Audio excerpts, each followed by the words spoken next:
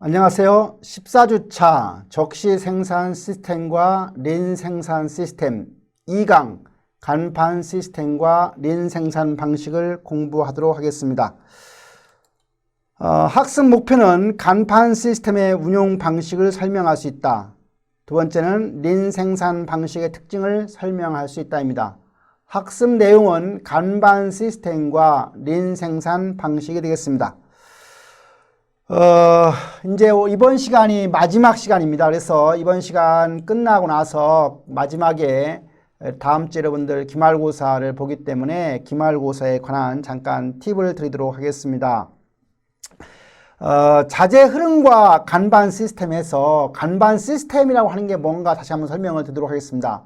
간판 시스템이라고 하는 것은 간판이라고 하는 말 자체는 일본말로 널빤지라고 하는 의미를 갖는다라고 했죠. 그래서 간판 시스템, 간판은 두 가지 간판이 있어요. 생산 간판과 인출 간판이라는 두 가지를 갖게 되고, 여기서 우리가 간판 시스템이라고 하면 뭐냐? 생산 지시에 따라서 생산과 자재의 운반. 그러니까 우리가 생산 간판은 생산에 대한 걸 지시하는 것이고, 그 다음에 인출 간판은 가져가라고 하는 거에 대한 얘기죠. 그래서 생산과 자재의 운반, 즉 그 제품의 수량, 시기, 방법 등 이런 것들을 통제하는 방법으로는 간판 시스템이다. 그래서 간판의 종류인 생산 간판이라고 하는 것은 생산을 지시하는 의미를 갖는 정보입니다. 그래서 거기에는 어떤 내용들이 들어가 있느냐? 생산 간판에는 부품 번호가 들어가 있고 부품명이 들어가 있고 저장 장소가 들어가 있고 컨테이너의 크기가 들어가 있습니다. 그 다음에 반면에 인출 간판은 자재가 공급되었음을 의미하는 건데 거기에 들어있는 정보는 부품번호, 부품명, 컨테이너의 크기, 컨테이너의 유형, 발행번호가 들어가 있습니다. 그리고 간판과 컨테이너 수의 결정은 바로 재고라고 하는 것은 컨테이너의 크기가 얼마나 크냐 작으냐, 즉 컨테이너의 수 이런 것들을 줄임으로 해서 재고는 줄어들게 되는 것입니다.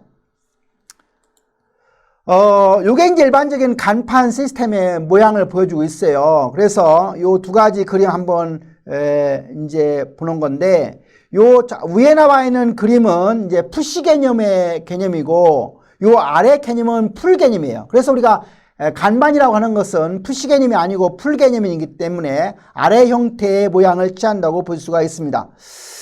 이런 간판 시스템을 운용하는 절차 또는 규칙은 뭐냐? 6가지로 되어 있습니다.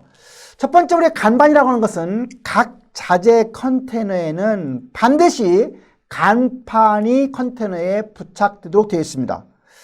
두 번째는 생산 라인은 항상 부품을 제작하는 작업장으로부터 자재를 인출한다는 점과 자재 컨테이너는 인출 간판 없이는 절대로 저장소 밖으로 이동할 수 없는 것이며, 세 번째, 컨테이너에는 항상 같은 양의 자재만을 적재하는 걸로 되어 있고, 다섯 번째는 결함 있는 자재가 공정을 그냥 통과해서는 절대로 안 되게 되어 있고, 마지막으로 생산량이라고 하는 것은 생산 간판에 지시하는 양보다 절대로 많아서는 안 된다. 그 얘기는 바로 생산 간판에서 지시한 양만큼만 생산을 해야 하는 걸로 되어 있습니다.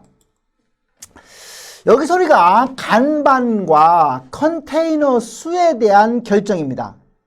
한 작업장의 운영에 필요한 컨테이너의 수라고 하는 것은 후속 작업장의 수요율과 사용률이죠. 수요율과 컨테이너의 크기 그리고 컨테이너의 순환시간의 함수라고 할 수 있습니다.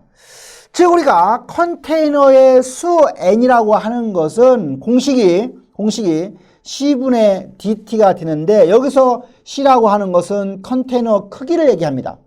즉 컨테이너 한 대에 담을 수 있는 부품의 수, 이것을 바로 우리가 C라고 얘기하고, DT에서 D라고 하는 것은 생산된 부품을 사용하는 후속 공정의 수요율, 요게 이제 D가 되는 것이고요. T라고 하는 것은 컨테이너 한 대가 한 번 순환하는데 소요되는 시간을 우리는 T라고 이야기를 합니다. 그래서 우리가 D에다가 T를 곱하고 이것을 C로 나누면 결국은 N이라고 하는 숫자를 얻을 수가 있게 되고, 이와 관련되어 있는 문제가 교과서에 연습 문제 몇 문항 있으니까 반드시 한 번씩 여러분들이 풀어보도록 했으면 좋겠습니다. 이제 우리가 마지막, 결국 이제 저스트 인 타임에 대한 것은 끝났고요. 지금부터 우리가 린 생산 방식에 대한 공부를 하게 되는데, 요 린 생산 방식은 저스트 인 타임 시스템에서 발전된 개념이라고 할 수가 있습니다. 우리가 린이라고 하는 단어는요, 어떤 뜻이냐면 여의다 또는 낭비가 없다, 군더더기가 없다 하는 뜻입니다. 기대다는 뜻이 아니고요. 여기서 린은 낭비가 없는, 군더더기가 없는 야인이라는 뜻이기 때문에 린 생산 방식은 한마디로 말하면 낭비를 제거하는 시스템이에요. 어떻게 낭비를 제거하냐? 제품이나 서비스의 가치 또는 가치의 흐름 또는 풀 시스템에 의한 작업의 흐름 또는 완벽성, 이런 걸 통해서 낭비를 근본적으로 제거한 개념이 바로 린이라고 하는 생산 방식이고, 린 생산 방식은 조직 전체 차원에서 보다 적은 자원을 투입하게 해서 보다 큰 가치를 갖는 제품을 설계하고 개발하고 제조하는 시스템이 바로 린 생산 방식입니다. 그래서 린 생산 방식은 저스트 인 타임 시스템을 기초로 하는 절약형 생산 시스템이라고 정의할 수가 있습니다. 자재 조달이나 자재 제조, 마케팅, 재무, 회계 등 기업의 생산 활동과 관련되는 전 과정에서 낭비적 요소를 근본적으로 최소화함으로 해서 생산의 효율을 극대화하고자 하는 생산 방식이 바로 린 생산 방식입니다. 이와 같은 린 생산 방식의 특징과 성과를 보면 린 생산 방식은 노동력과 자재와 작업 공간과 작업 시간과 에너지와 이러한 초과 비용을 줄여감으로 해서, 즉 최소화시킴으로 해서 기업은 보다 가치가 높은 제품이나 서비스를 고객에게 제공하는 방식입니다. 그래서 이 린 생산 방식은 자재의 재고와 관련해서 필요한 양만큼의 제품을 생산하는 지트 시스템의 간판 운영 방식으로 각 제조 프로세스에서는 필요한 시점에 필요한 양만큼을 생산해서 결국은 WIP, 제공품 재고를 최소화할 수 있게 되는 것입니다. 그렇게 하면 린 생산 방식은 자기 자동화, 셀프 오토메이션의 기능을 통해서 근본적으로 낭비적인 요소에 관련된 원천, 낭비적 요소가 발생하는 그런 원천을 제거할 수 있는 특징을 갖게 되는 것입니다. 린 생산 방식의 특징 마지막입니다. 첫 번째는 우리가 린 생산 방식은 적극적인 고객 만족 활동을 지향한다는 점입니다. 무슨 얘기냐면 고객 지향적이고 높은 가치를 지닌 제품을 개발해서 경쟁 기업보다 높은 품질의 제품을 신속하게 시장에 출하시킴으로 해서 고객으로부터 좋은 이미지를 구축할 수 있게 되는 것입니다. 그리고 고객 욕구를 반영한 적극적인 마케팅 활동을 통해서 고객 만족을 충족시킴으로 해서 기업 성장의 목표를 달성하고자 하는 방식입니다. 두 번째는 자재 조달 과정에서 원가 절감 활동이 되겠습니다. 다시 말하면 직접 제조비 이외에도 자재를 조달하거나 선적하거나 인수하거나 검수하거나 또는 재작업 등에 소요되는 비용을 줄여나가는 방식을 취한다는 이야기입니다. 적은 수량의 제품을 생산해도 기업은 이익을 얻을 수 있으므로 목표 시장에서 경쟁력을 확보할 수 있게 되고 틈새 시장에 쉽게 진입할 수 있으며 고객의 수요 변화에 빠르게 대응할 수 있는 특징을 갖는 게 바로 린 생산 방식의 특징이 되겠습니다. 세 번째 마지막 특징은 그 린 생산 방식은 자원 이용이나 기술을 통합화한다는 점입니다. 생산이나 관리 기술을 응용해서 통합적인 자원 이용을 가능하게 함으로 해서 최소의 자원으로 최대의 가치를 지닌 제품이나 서비스를 생산해서 고객한테 제공하는 점입니다. 즉, 린 생산 방식을 활용함으로 해서 얻을 수 있는 이점은 다음과 같습니다. 첫째, 린 생산 방식을 활용하게 되면 자재나 제공품이나 완제품 재고를 감축시킬 수 있습니다. 두 번째는 생산의 리드 타임을 단축할 수 있고, 세 번째는 우리가 자재 이동 시간과 거리의 단축으로 물류의 효율성을 향상시킬 수 있습니다. 네 번째는 기계 설비의 효율적인 배치를 통해서 작업 공간을 최소화할 수 있습니다. 뿐만 아니라 여섯 번째는 기계 설비의 가동률을 향상시킬 수 있고, 그리고 작업자의 동기부여 또는 동기유발을 할 수 있어서 협력 업체와도 우호적인 관계를 유지할 수 있게 되는 것입니다. 그 다음에 린 생산 방식을 해서 얻을 수 있는 일곱 번째 이점은 제품이나 서비스의 품질을 향상할 수가 있습니다. 그리고 여덟 번째는 린 생산 방식은 계속해서 반복적으로 얘기했듯이 낭비 제거를 통해서 생산성을 향상할 수가 있는 것입니다.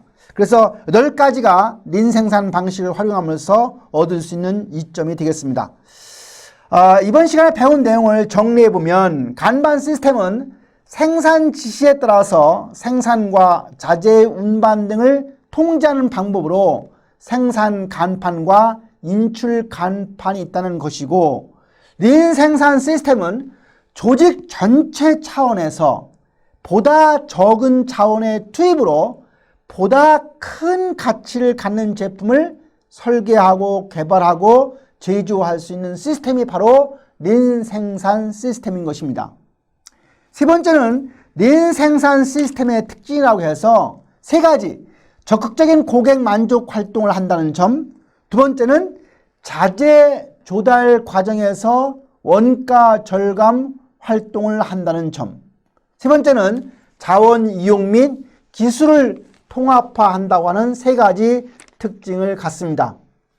이렇게 해서 우리가 이번 장에 대한 정리를 마치고 이번 장에서 배운 내용을 중심으로 해서 형성평가 문제를 풀어보도록 하겠습니다.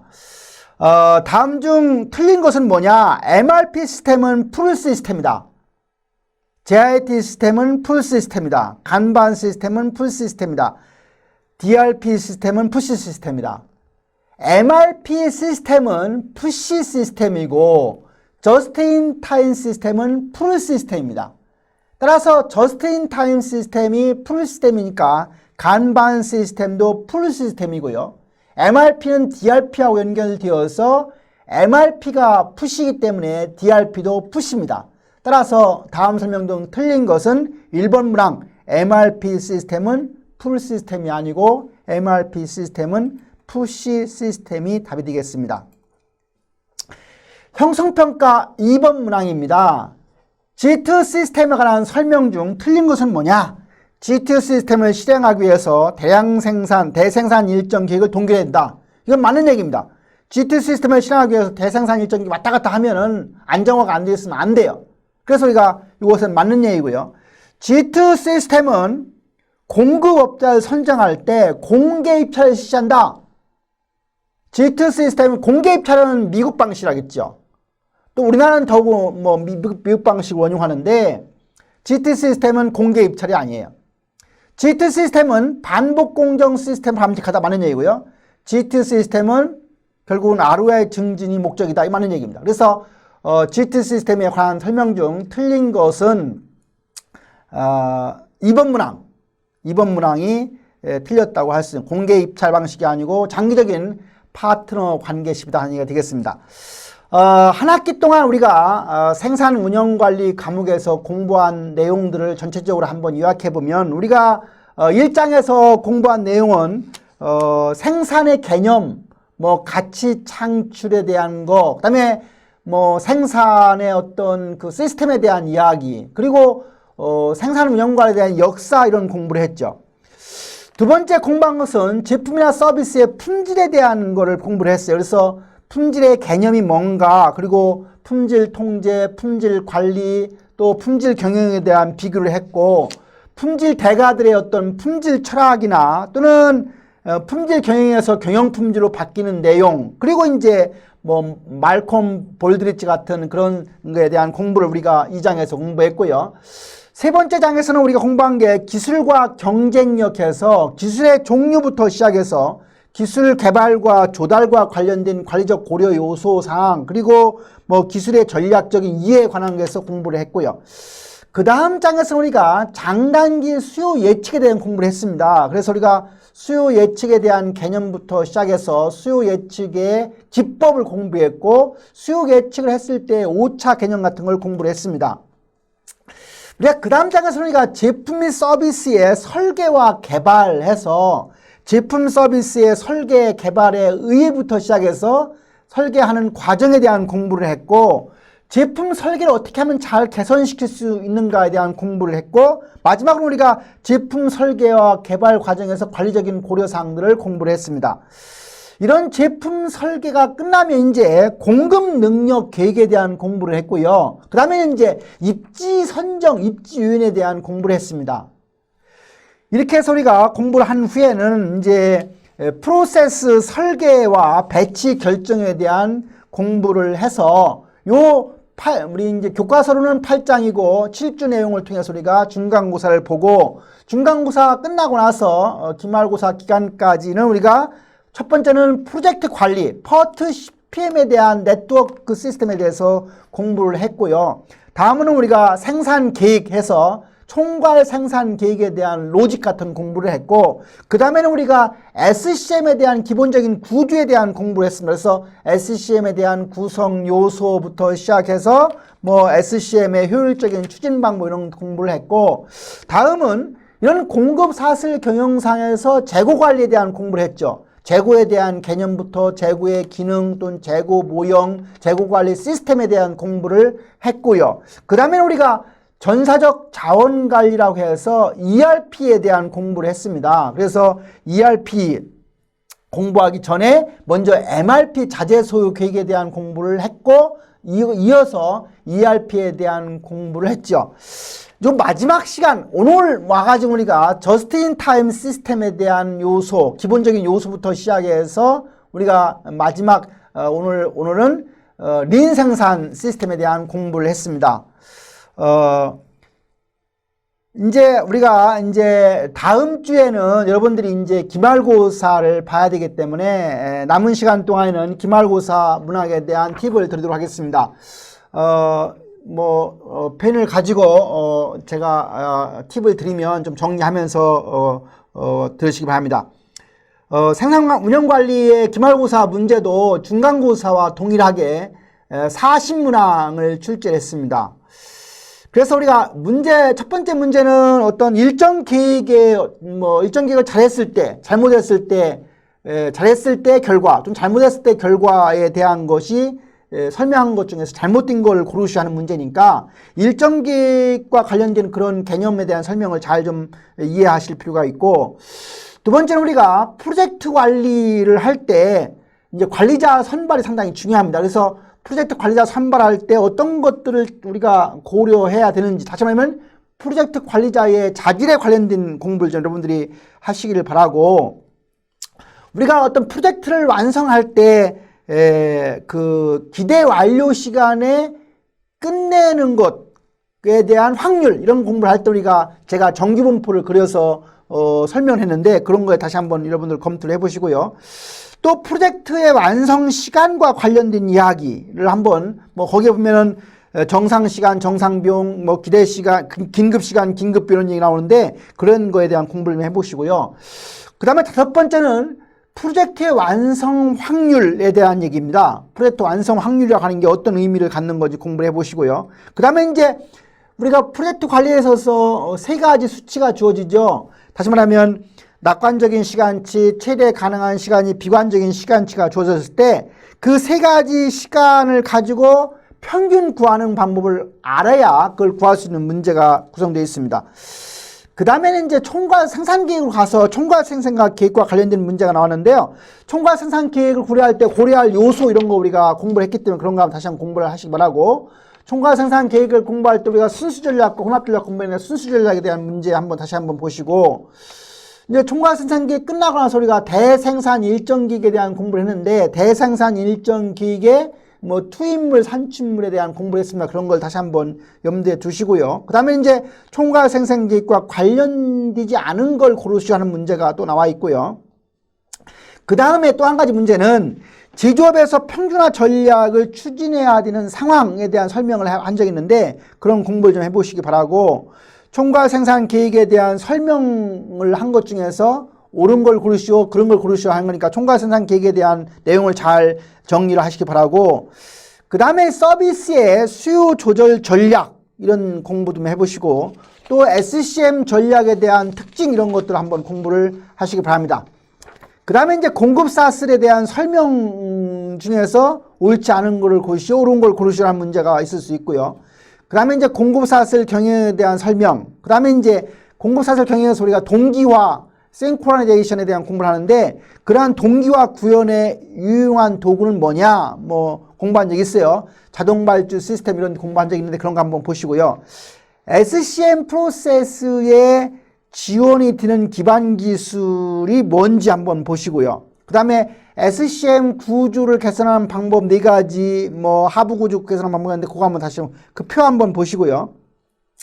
그 다음에 자재 관리 부분에서 공급자를 단수 공급자를 선호하는 이유와 관련된 내용과 공부 한번 해보시고요. 또 공급자 공동 배치라고 하는 개념, 다시 말하면 공급자 재고 관리와 관련된 내용 한번 보시고요. 그 다음에 이제 EOQ 모형에 관한 거 잘 봐야 돼요. 그래서 EOQ 모형에 대한 설명 중 틀린 걸 고르시하는 문제가 있고요. 그 다음에 재주문점 계산하는 방법 앞에 배웠죠. 그거 한번 보시고요. 재주문점도 이제 수요와 리드 타임이 변화하는 경우와 변화하지 않는 경우가 있으니까 변화하지 않는 경우는 어떤 경우, 변화하지 않는 경우는 나눠서 공식을 한번 다시 한번 점검을 하시기 바라고, 경제적 주문량 모형이 추구하는 목표가 뭔지 이런 것도 한번 보시고요. 또 재고 비용과 관련된 그 세 가지 공부했어요. 그래서 그 재고 비용과 관련이 없는 걸 고르시는 문제가 25번 문항이고요. 26번 문항은 앞에서 우리가 EOQ 구할 때 그 H분의 EDS, 루트 H분의 EDS라는 공식을 배웠는데 거기에 어떤 그 변수에 대한 값을 주면 계산하는 것도 할 줄 알아야 됩니다. 그러니까 H값 알려주고 S값 알려주고 D값 알려주면 그 공식에 넣어서 계산해야 되는 거니까 여러분들 문제 풀려고 할 때 혹시 계산기가 필요한 사람은 계산기 갖다 놓고 풀어보시기 바라고요. 그 다음에 재주문점 결정하는 거와 관련된 그런 항목 이런 거 다시 한번 보시고, 그 다음에 우리가 이제 한 번에 주문하는 양이 얼마일 때 그게 이제 최고로 들어오는 거죠. 평균 재고라고 하는 것은 2분의 최대 재고 더하기 최소 재고니까 여러분들이 최대 재고를 가르쳐 줬을 때 평균 재고량을 구하는 방식도 할 줄 알아야 되고요.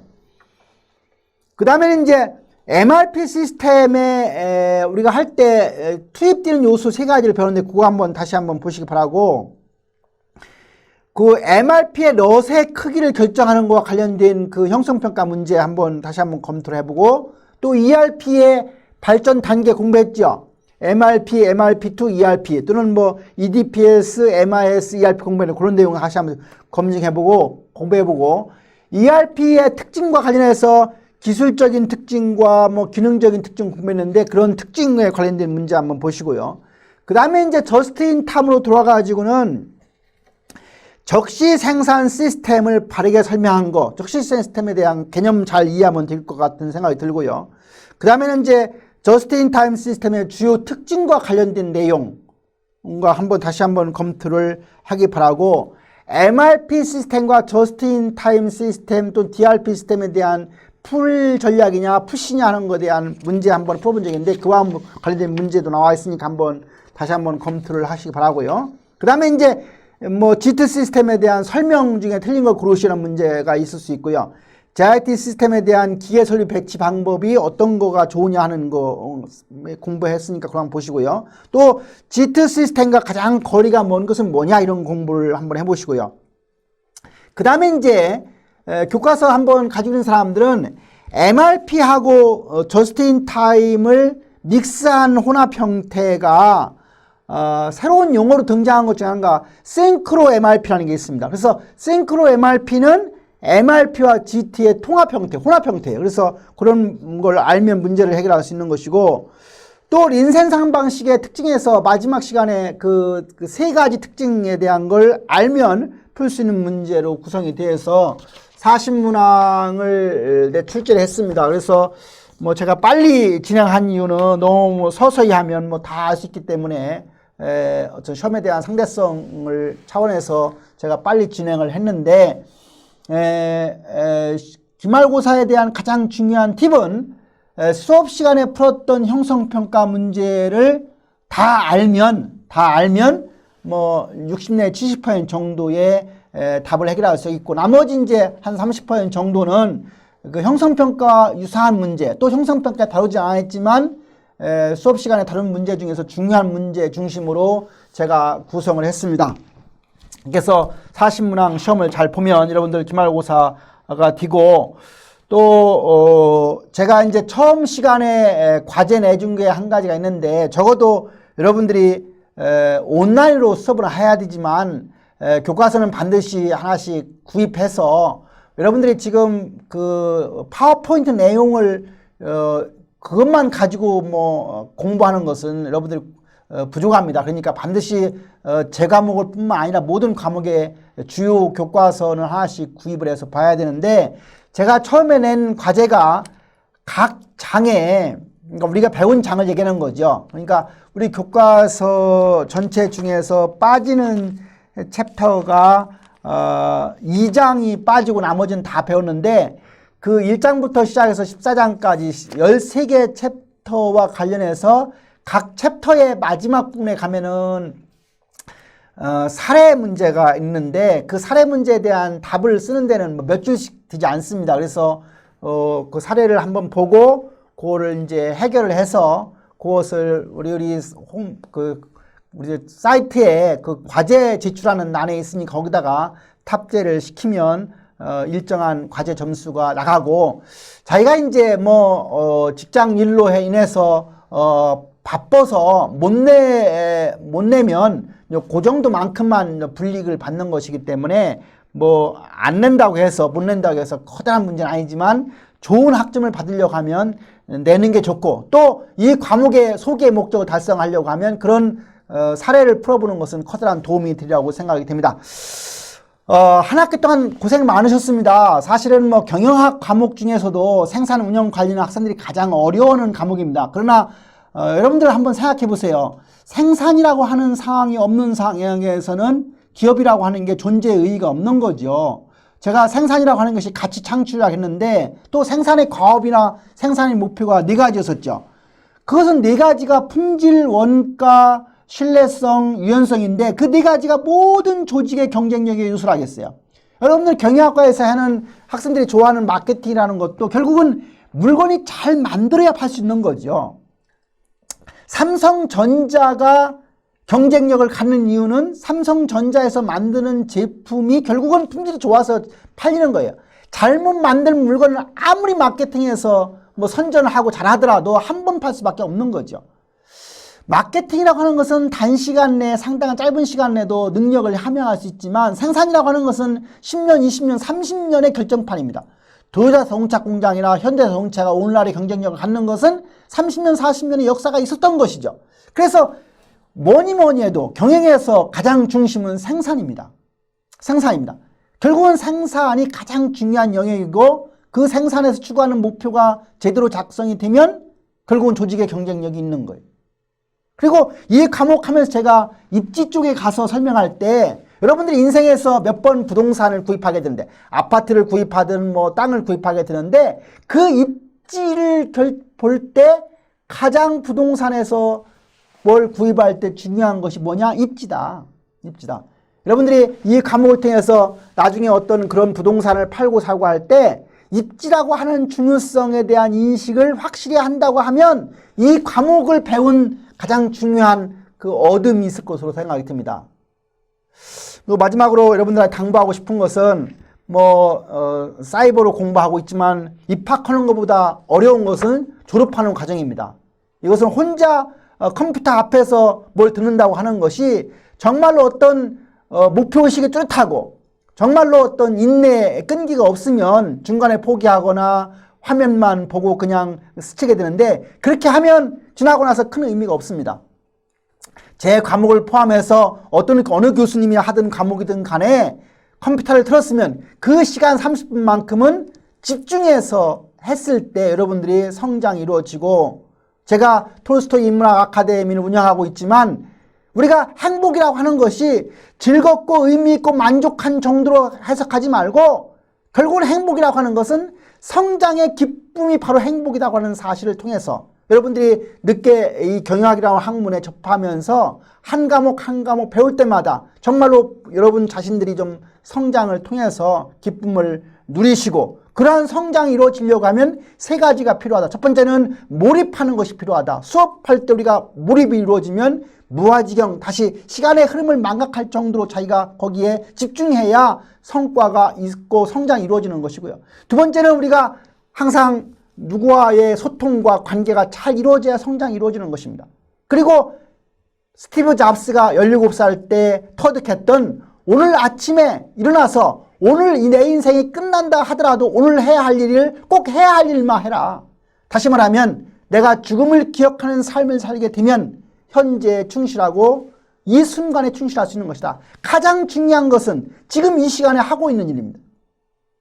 여러분들 한 학기 동안 반성을 해보세요. 대부분이 과목 컴퓨터 틀어놓고 나서 아마 상당한 시간 상당한 과목에 그냥 켜놓고 그냥 흘러가지는 않았는지 다시 말하면 다음 학기부터 수업이라도 반드시 여러분들은 컴퓨터를 켜놨을 때 집중해서 몰입해서 여러분들 정말로 성장의 기쁨을 맛보아서 행복으로 이어지고 본인 각 개인들이 성장하는 삶을 살았으면 하겠습니다. 마지막으로 한 학기 동안 그 어려운 과목 수업 들으시느라고 대단히 수고가 많았습니다. 고맙습니다. 안녕하십니까.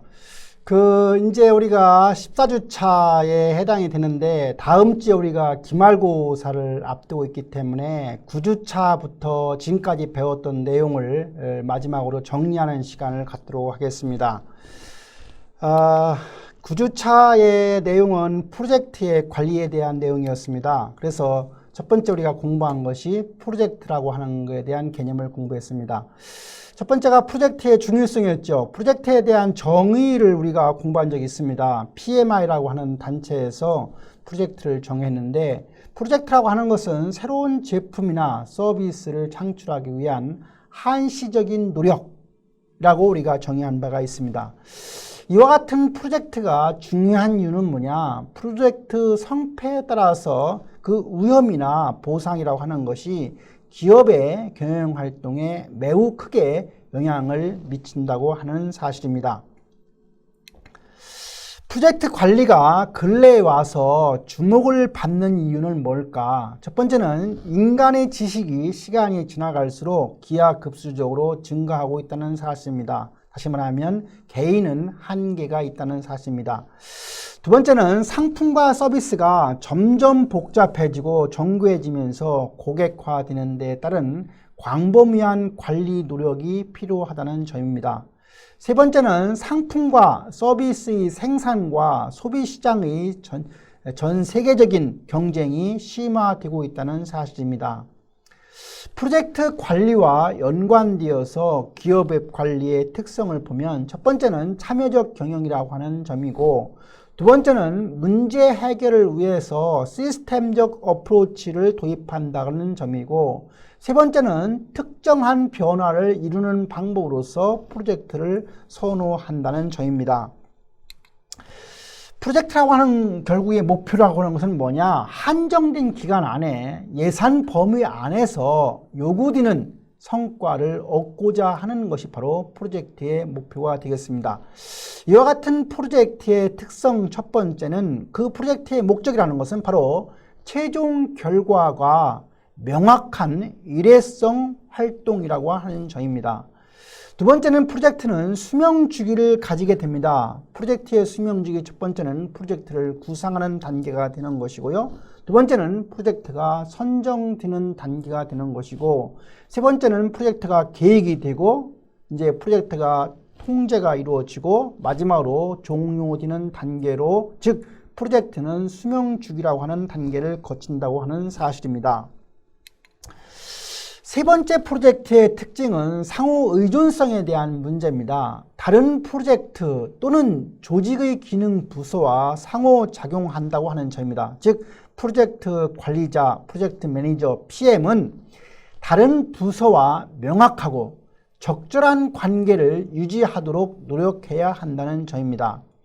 두 번째는 개별성에 대한 특징입니다. 개별 프로젝트라고 하는 것은 특유의 부문들을 가지고 있습니다. 즉 예의 관리에 관심을 가져야 한다는 이야기입니다. 다섯 번째는 이해관계라고 하는 특징을 갖습니다.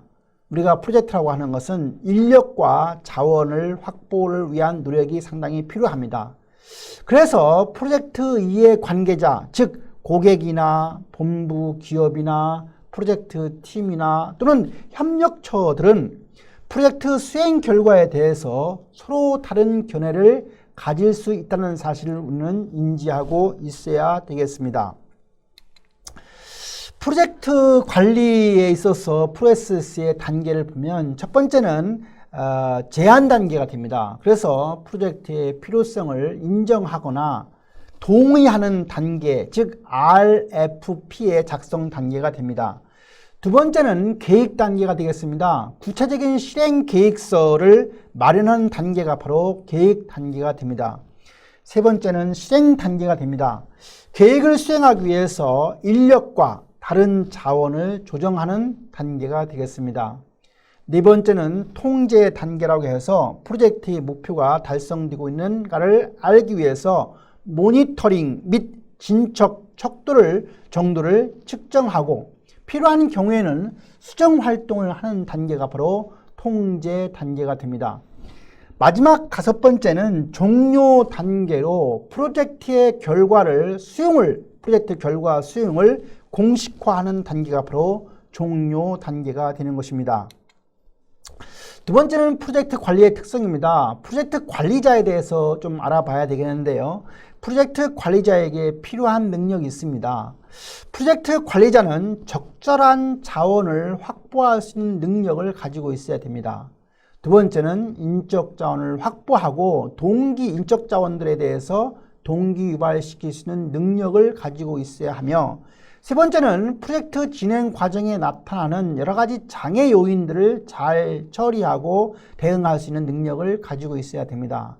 다음으로는 비용이나 시간이나 성과에 대한 프로젝트 목표 간에 서로 트레이드 오프가 발생할 수 있는데, 이러한 트레이드 오프를 잘 조정할 수 있는 능력을 가지고 있어야 되겠습니다. 다음으로는 프로젝트의 성공 여부와 위협에 대한 인지 능력을 알고 있어야 되고요. 마지막으로 프로젝트 관리자는 협상력을 포함해서 의사소통 능력을 가지고 있어야 프로젝트 관리자에게 필요한 능력을 가졌다고 볼 수가 있는 것입니다. 그래서 우리가 이러한 프로젝트 관리자를 선발할 때 고려해야 할 요소, 퀄리피케이션, 자질이라는 게 있습니다. 첫 번째는 신뢰성이 있는 자질을 가지고 있어야 되겠습니다. 프로젝트 관리자를 우리가 선발할 때 신뢰성이 있어야 된다는 이야기는 무슨 얘기냐면, 프로젝트를 이끌고 나갈 기술적인 능력을 인정받고 또는 관리 능력을 가지고 있어야 되겠다. 두 번째는 프로젝트 관리자가 좀 민감성을 가지고 있어야 되겠다. 정치적인 감각도 있어야 되고 또 어떤 갈등이 발생했을 때 갈등을 처리할 수 있는 능력도 있어야 되고 또 기술에 대해서도 민감한 능력을 가져야 되겠다. 세 번째는 어떤 프로젝트를 수행하다 보면 여러 가지 스트레스를 받게 되는데 이런 스트레스를 잘 관리할 수 있는 능력을 가져야 되겠다.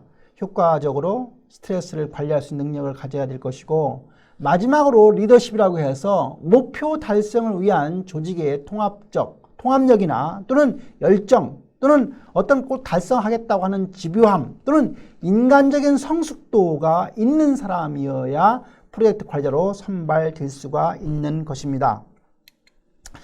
프로젝트 관리 기법에는 첫 번째가 가장 오래된 간트 차트라는 게 있습니다. 이것은 1916년도에 간트에 의해서 개발된 기법인데 간트 차트라고 하는 것은 프로젝트를 구성하는 활동들의 시간을 계획하기 위해서 사용되어 왔습니다. 간트 차트의 특성은 다음과 같습니다. 첫 번째는 활동들의 일정을 시각적으로 나타내 주어서 편리하다는 점이고 두 번째는 WBS라고 하는 수행 순서와 일정 조정에 이용할 수 있는 점이고 이 간트 차트는 작성하기 쉽고 이해하기 용이하다는 점이고 활동별 일정과 필요한 자원에 대한 검토를 기회를 제공하는 측면이 있고 그리고 활동 간의 상호 의존 관계를 나타내기가 어렵다는 점과 마지막으로 대규모의 복잡한 프로젝트를 계획하는 데는 부적합한 게 바로 간트 차트가 갖는 특징이 되겠습니다. 그래서 이와 같은 간트 차트의 문제점을 보완해서 등장한 개념이 PERT CPM이라고 볼 수가 있습니다. PERT CPM은 네트워크 모형을 이용한 프로젝트 관리의 대표적인 방법이라고 우리가 알려져 있고 특히 PERT라고 하는 것은 폴라리스 미사일 개발 일정 계획을 관리하고 통제할 목적으로 PERT 타임, PERT 코스트라고 하는 개념으로 발전되어 왔습니다. 반면에 CPM, 크리티컬 패스 메소드라고 하는 CPM은 듀퐁사, 델라웨어 주에 있는 그 듀퐁사의 워커라고 하는 사람과 레밍턴 랜드사의 사켈리라고 하는 사람에서 개발된 기법이 바로 CPM 방식입니다. 하지만 오늘날 이 PERT와 CPM이 통합해서 활용되고 있는 것이 특징이라고 할 수가 있습니다. 프로젝트 관리 기법과 관련해서 네트워크 분석을 이용하는 경우에 프로젝트 문제 해결 절차는 다음과 같습니다. 첫 번째는 뭐니 해도 프로젝트 완성에 필요한 활동과 단계에 대한 결정이나 액티비티에 대한 시간을 추정하는 것이고요. 두 번째 단계는 활동 시간에 대한 평균 시간, 즉 분산 이런 것들을 계산하는 것이고 세 번째는 네트워크를 그리는 것이고 네 번째는 각 단계에서 시작하기에 가장 빠른 시간 얼리 타임과 가장 늦은 시간을 계산하는 것이고 다섯 번째 단계는 프로젝트의 완료 시간과 에러 경로를 결정하는 것이고 마지막 단계는 정해진 기간 내에 프로젝트의 완성 확률을 계산하는 걸로 구성되어 있습니다. 프로젝트 관리 기법에서 네트워크 그리기가 되겠습니다. 네트워크 그리기는 지금 여기서 보는 것처럼 교과서에서 배웠듯이 어떤 이사 가는 거와 관련되어 있습니다. 그래서 새 집의 위치를 선정하고 기존 집을 팔고 새 집을 사고 새 집을 수리하고 이사를 준비하고 이사하고 이사 후 정리인데 이 값이 A, M, B 값으로 주어지죠. A라고 하는 것은 가장 낙관적인 시간이 해당이 되는 것이고 그냥 가장 빨리 이루어졌을 때의 시간이고요. 두 번째 M이라고 하는 것은 most likely니까 최대 가능 시간이니까 가장 보편적인 시간이 될 것이고요. B는 pessimistic 시간이니까 가장 오래 걸렸을 때의 시간이 됩니다. 그래서 우리가 A, M, B라고 하는 걸 이용해서 평균 시간 ET를 구할 수가 있습니다.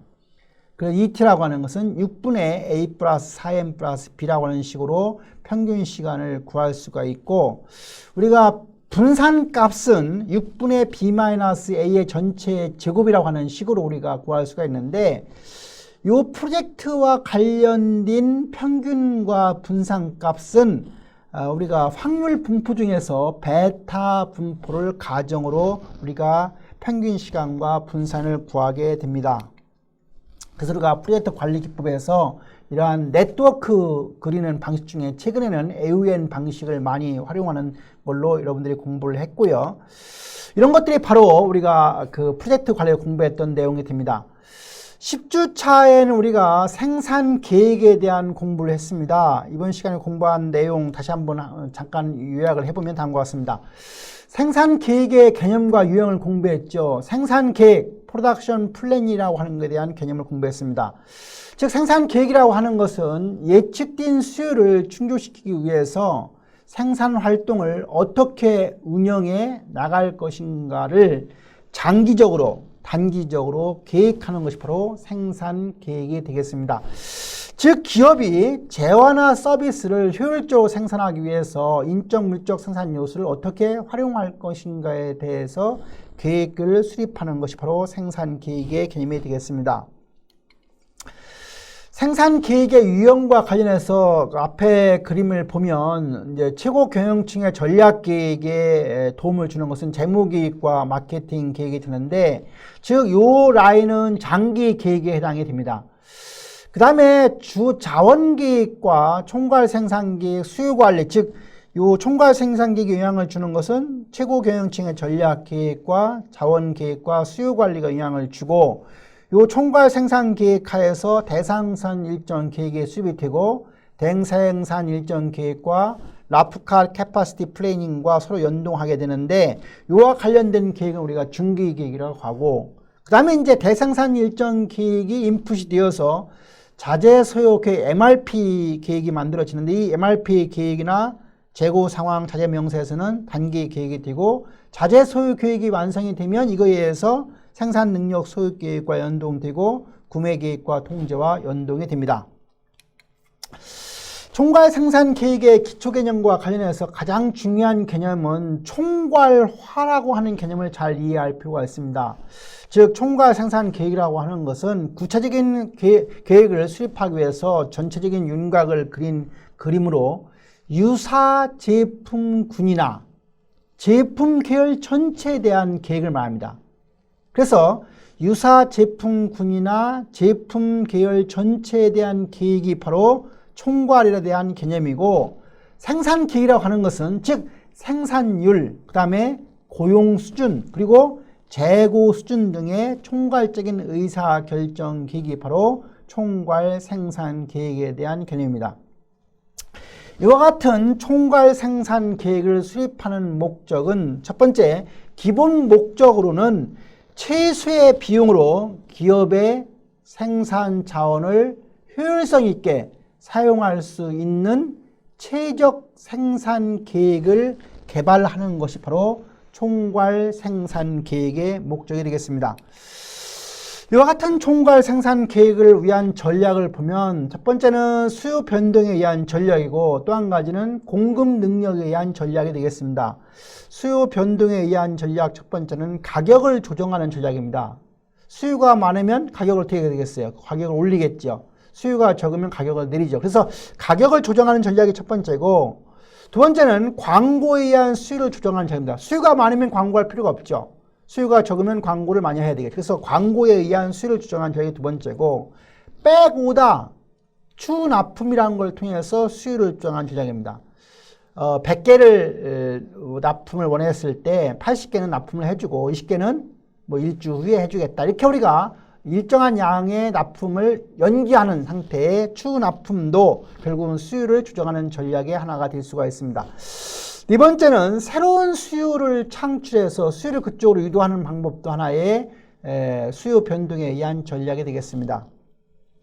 반면에 공급 능력에 의한 전략은, 첫 번째는 노동력의 규모를 조정하는 전략이 되겠습니다. 노동력의 규모를 늘리고 줄이고 하는, 다시 말하면 생산을 해야 할 공급 능력이 많이 필요하면 공급 규모를 늘릴 것이고, 공급량이 줄어들면 노동력의 규모를 줄일 것이죠. 그래서 노동력의 규모를 조정하는 전략이 첫 번째고, 노동력의 이용률을 조정하는 전략은 하루에 8시간 근무하는 경우에 공급량을 늘리면 8시간을 12시간으로 늘릴 수도 있는 것이고요. 그다음에 12시간 매번 작업하던 것이 공급 능력을 줄여야 된다고 하면 8시간으로 줄일 수 있는 거죠. 그래서 공급 능력 이용률을 조정하는 전략이 두 번째 전략이 되는 것이고, 재고 수준을 조정하는 전략은 공급량이 많이 필요할 때 대비해서 양이 적었을 때도 일정한 생산을 해서 재고 수준을 가지게 되면 그걸 해결할 수 있기 때문에 그러한 재고 수준을 조정하는 전략도 해당이 되고, 서브 콘트랙트라고 해서 하청을 이용하는 전략도 공급 능력에 의한 전략이 될 것이고요. 다섯 번째는 파트타임, 시간제 근무자를 활용하거나 또는 시간제 근무자를 활용했다가 뭐 해고시키거나 등등을 통해서 공급 능력을 조정할 수도 있겠습니다.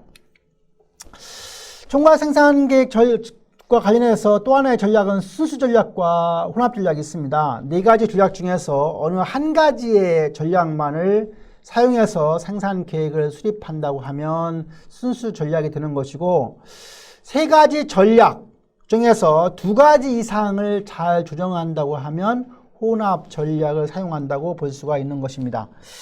총괄 생산 계획의 접근 방법은, 총괄 생산 계획이라고 하는 것은 여러 가지의 접근 방법이 있지만 일반적인 시행착오 기법과 수리적 기법으로 구분되어 있는데, 우리가 교과서에서 수업 시간에 배웠던 내용들은 주로 시행착오적인 기법을 통해서 총괄 생산 계획에 대한 로직을 공부를 했습니다. 총괄 생산 계획에서 우리가 관리적으로 고려할 사항이 있습니다. 첫 번째는 계획 과정에서 배려가 필요합니다. 왜냐하면 이러한 총괄 생산 계획을 수립하고 구현해 나가는 과정은 상당히 긴 소요 시간과 관련되어 있기 때문에 어떻게 긴 소요 시간을 어떻게 잘 처리해 나갈 수 있는가에 관한 훈련이 계획하는 사람한테 필요하다는 점이 첫 번째고요. 두 번째는 긴 소요 시간을 포함할 수 있도록 모형을 구성할 수 있기 때문에 계획 과정에서부터 인적 요소에 대한 배려하는 모습이 필요하다는 것이 되겠습니다. 두 번째, 총괄 생산 계획의 적용 과정에서 배려는, 총괄 계획이라고 하는 수행이라고 하는 것은 우리가 조직을 통해서 의사결정 활동을 가능하게 하는 것이라고 할 수가 있습니다. 따라서 계획의 적용이라고 하는 것은 조직 분위기에 크게 영향을 미칠 수 있다는 사실을 염두에 두고, 즉 조직 분위기, 즉 사기와 직무 만족 이런 거에 대한 크게 영향을 미친다는 사실을 우리는 항상 염두에 두고 관리를 해 나가야 될 것으로 생각이 됩니다. 그리고 또 한 가지 우리가 배운 내용이 마스터 프로덕션 스케줄 MPS라고 하는 대생산 일정 계획을 공부를 했습니다. 총괄 생산 계획, 즉 분해를 해보면 생산 계획을 추진하는 데 필요한 노동력이나 자재의 양, 재고 소유량 등을 결정하기 위해서 총괄 생산 계획을 보다 구체적으로 분해하면 그 분해한 결과가 대생산 일정 계획이 되겠습니다. 총괄 생산 계획에 산출된 총괄적인 단위라고 하는 것은 바로 실제로 생산되거나 혹은 서비스 되어야 할 제품 혹은 서비스 단위로 변환되어야 합니다. 즉 총괄 생산 계획의 분해 결과가 바로 MPS 대생산 일정 계획이 되는 것입니다. 대생산 일정 계획을 수립한다고 하는 것은 바로 생산 능력의 변경에 대해서 고려하지 않고 일정한 기간 내에 생산하여야 할 최종 제품의 수를 상세하게 나타내게 되는데 보통 주 단위로 계획되는 것이 일반적입니다.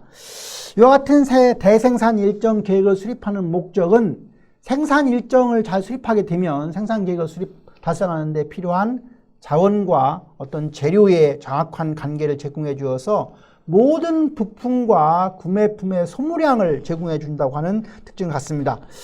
이러한 대생산 일정 계획의 투입물이라고 하면 대생산 일정 계획을 위한 투입물에는 기초 재고량이나 예측된 수요량이나 고객으로부터의 주문량이 투입물로 들어가는 것이고, 대생산 일정 기의 산출물이라고 하면 우리가 예상 보유 재고량, 생산 요구량, 그리고 약정 가능 재고가 바로 산출물이 되겠습니다.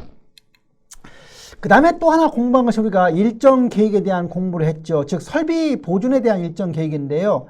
보존 활동, 메인터넌스 액티비티라고 하는 것은 두 가지가 있다겠습니다. 고장이 나면 설비 보존하는 것이 고장시 설비 보존이고, 미리미리 고장을 방지하기 위해서 우리가 어떤 기간에 미리 우리가 보존 활동하는 게 바로 예방적 설비 보존이 되겠습니다. 우리가 고장이 나고 나서 뭐 수리를 하려고 하면 어떤 수리공이 와야 될 때까지 우리가 조립라인 정지되기 때문에 여러 가지 매출량이나 생산량을 감소를 시키기 때문에 우리가 고장시 설비 보존보다는 예방적 설비 보존이 가장 바람직한 형태라고 우리가 공부를 했고요. 최근에 나오는 개념 중에 한 가지가 총생산적 설비 보존이라고 해서 TPM에 대한 공부를 했습니다. 그래서 예방적 설비 보존이라고 하는 개념하고 토탈 퀄리티라고 하는 개념, 그리고 즉 종업원의 참여라고 하는 거, 매일의 어떤 설비 보존 또는 주기적 검사, 예방적 수리, 이런 개념들이 포괄적으로 포함된 개념이 바로 총생산적 설비 보존의 개념이 되겠습니다. 마지막으로 서비스업의 일정 기기라고 해서 서비스의 수요 조절을 위해서는 어떤 약속 시스템이 활용될 수도 있고요. 그 다음에 예약 시스템이 활용이 될 수 있는, 예약 시스템은 주로 호텔이나 뭐 항공사, 레스토랑이 많이 해당이 될 것이고요. 납품 연기도 서비스의 수요 조절 방안 중에 하나라고 우리가 앞에서 배웠습니다. 그리고 우리 한 가지는 우리가 서비스업에서의 어떤 수요 조절과 관련해서 전략적 가격 정책도, 우리가 절정기에는 수요를 줄이기 위해서 우리가 좀 비싸게 하고 비수기에는 가격을 싸게 하는 것도 사실은 전략적 가격 정책을 통해서 하는 방식 중에 한 가지고요. 서비스업에 종사하는 인력에 대한 일정 계획과 관련해서는 고정 일정 계획과 순환 일정 계획이 있다고 설명을 했고, 어떤 작업자가 늘 일정한 요일에 출근하고 일정한 요일에 휴무를 하게 하는 계획이라고 하면 고정 일정 계획에 해당이 되는 것이고, 작업자들이 일하는 요일과 휴무를 하게 되는 요일이 항상 그때그때 참 변할 수 있는 게 바로 순환 일정 계획이라고 공부를 했습니다. 이렇게 해서 우리가 10주차 내용 공부를 끝내고 이제 11주차 공급사설 경영의 구조에 대한 공부를 하도록 하겠습니다. 첫 번째, 공급사슬 경영 구조에 대한 개요입니다. 공급사슬 경영이 왜 필요하냐에 대한 공부를 했습니다. 서플라이 체인 매니지먼트라고 하는 게 최근에 산업계의 주요한 이슈입니다. 뭐 애플 또는 뭐 삼성전자 이런 기업들이 전부 다 요새 그 SCM에 대한 무진장한 투자를 하고, 이러한 SCM을 얼만큼 잘했느냐가 제조기업의 경쟁력에 가장 중요한 요소로 등장을 해서 이 공급사슬 경영이 상당히 중요하게 각광을 받는 파트가 부각이 되었고요.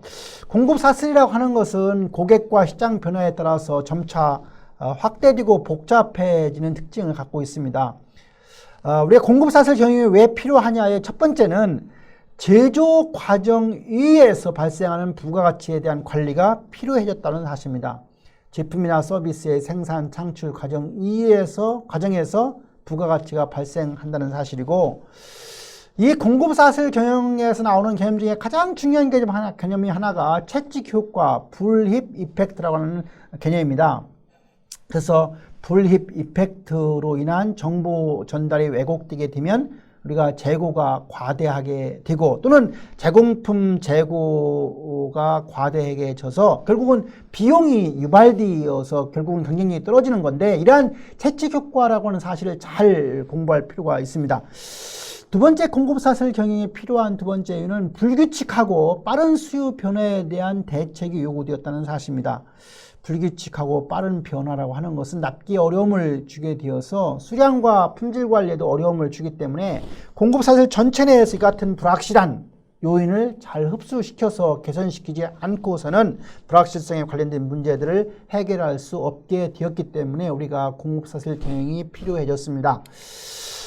두 번째, 공급사슬 경영 프로세스의 특징입니다. 첫 번째는 고객의 수요 변동에 능동적인 대응이 상당히 중요했다는 사실입니다. 거시적인 영향 변수를 변하는 경제 관련 지표와 관련된 것이 될 것이고요. 미시적인 영향 변수에는 제품 라이프 사이클에 해당이 되겠습니다.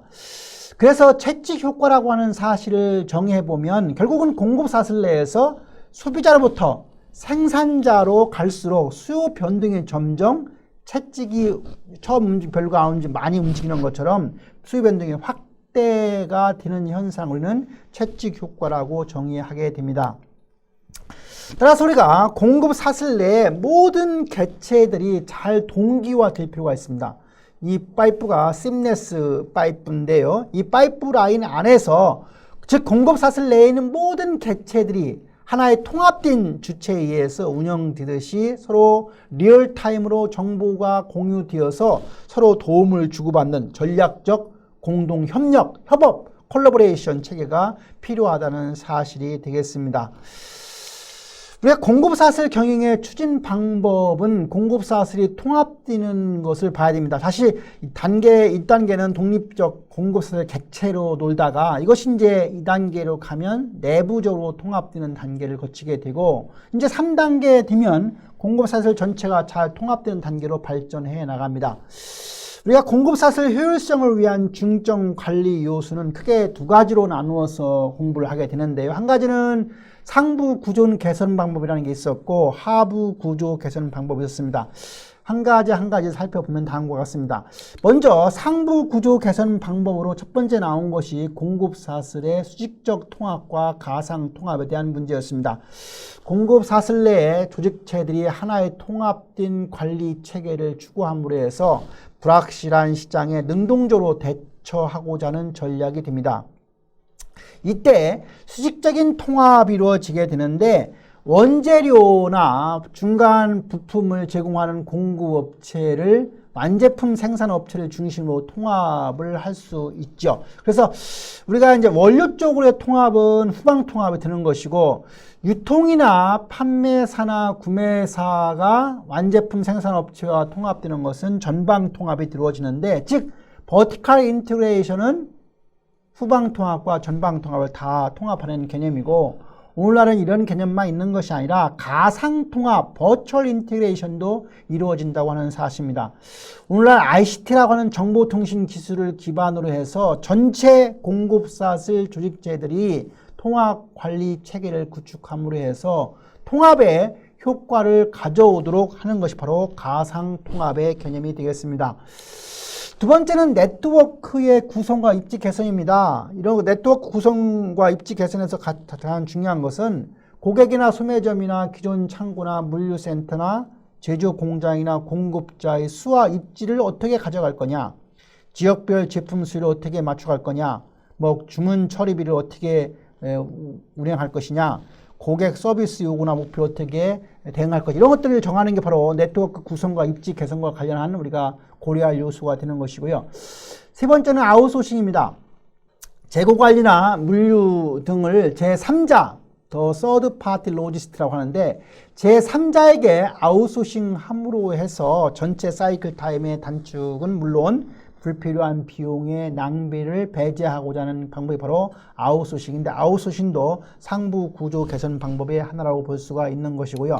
마지막 네 번째는 주요 제품이나 생산 설계를 개선하는 것도 상부 구조 개선 방법이 되겠습니다.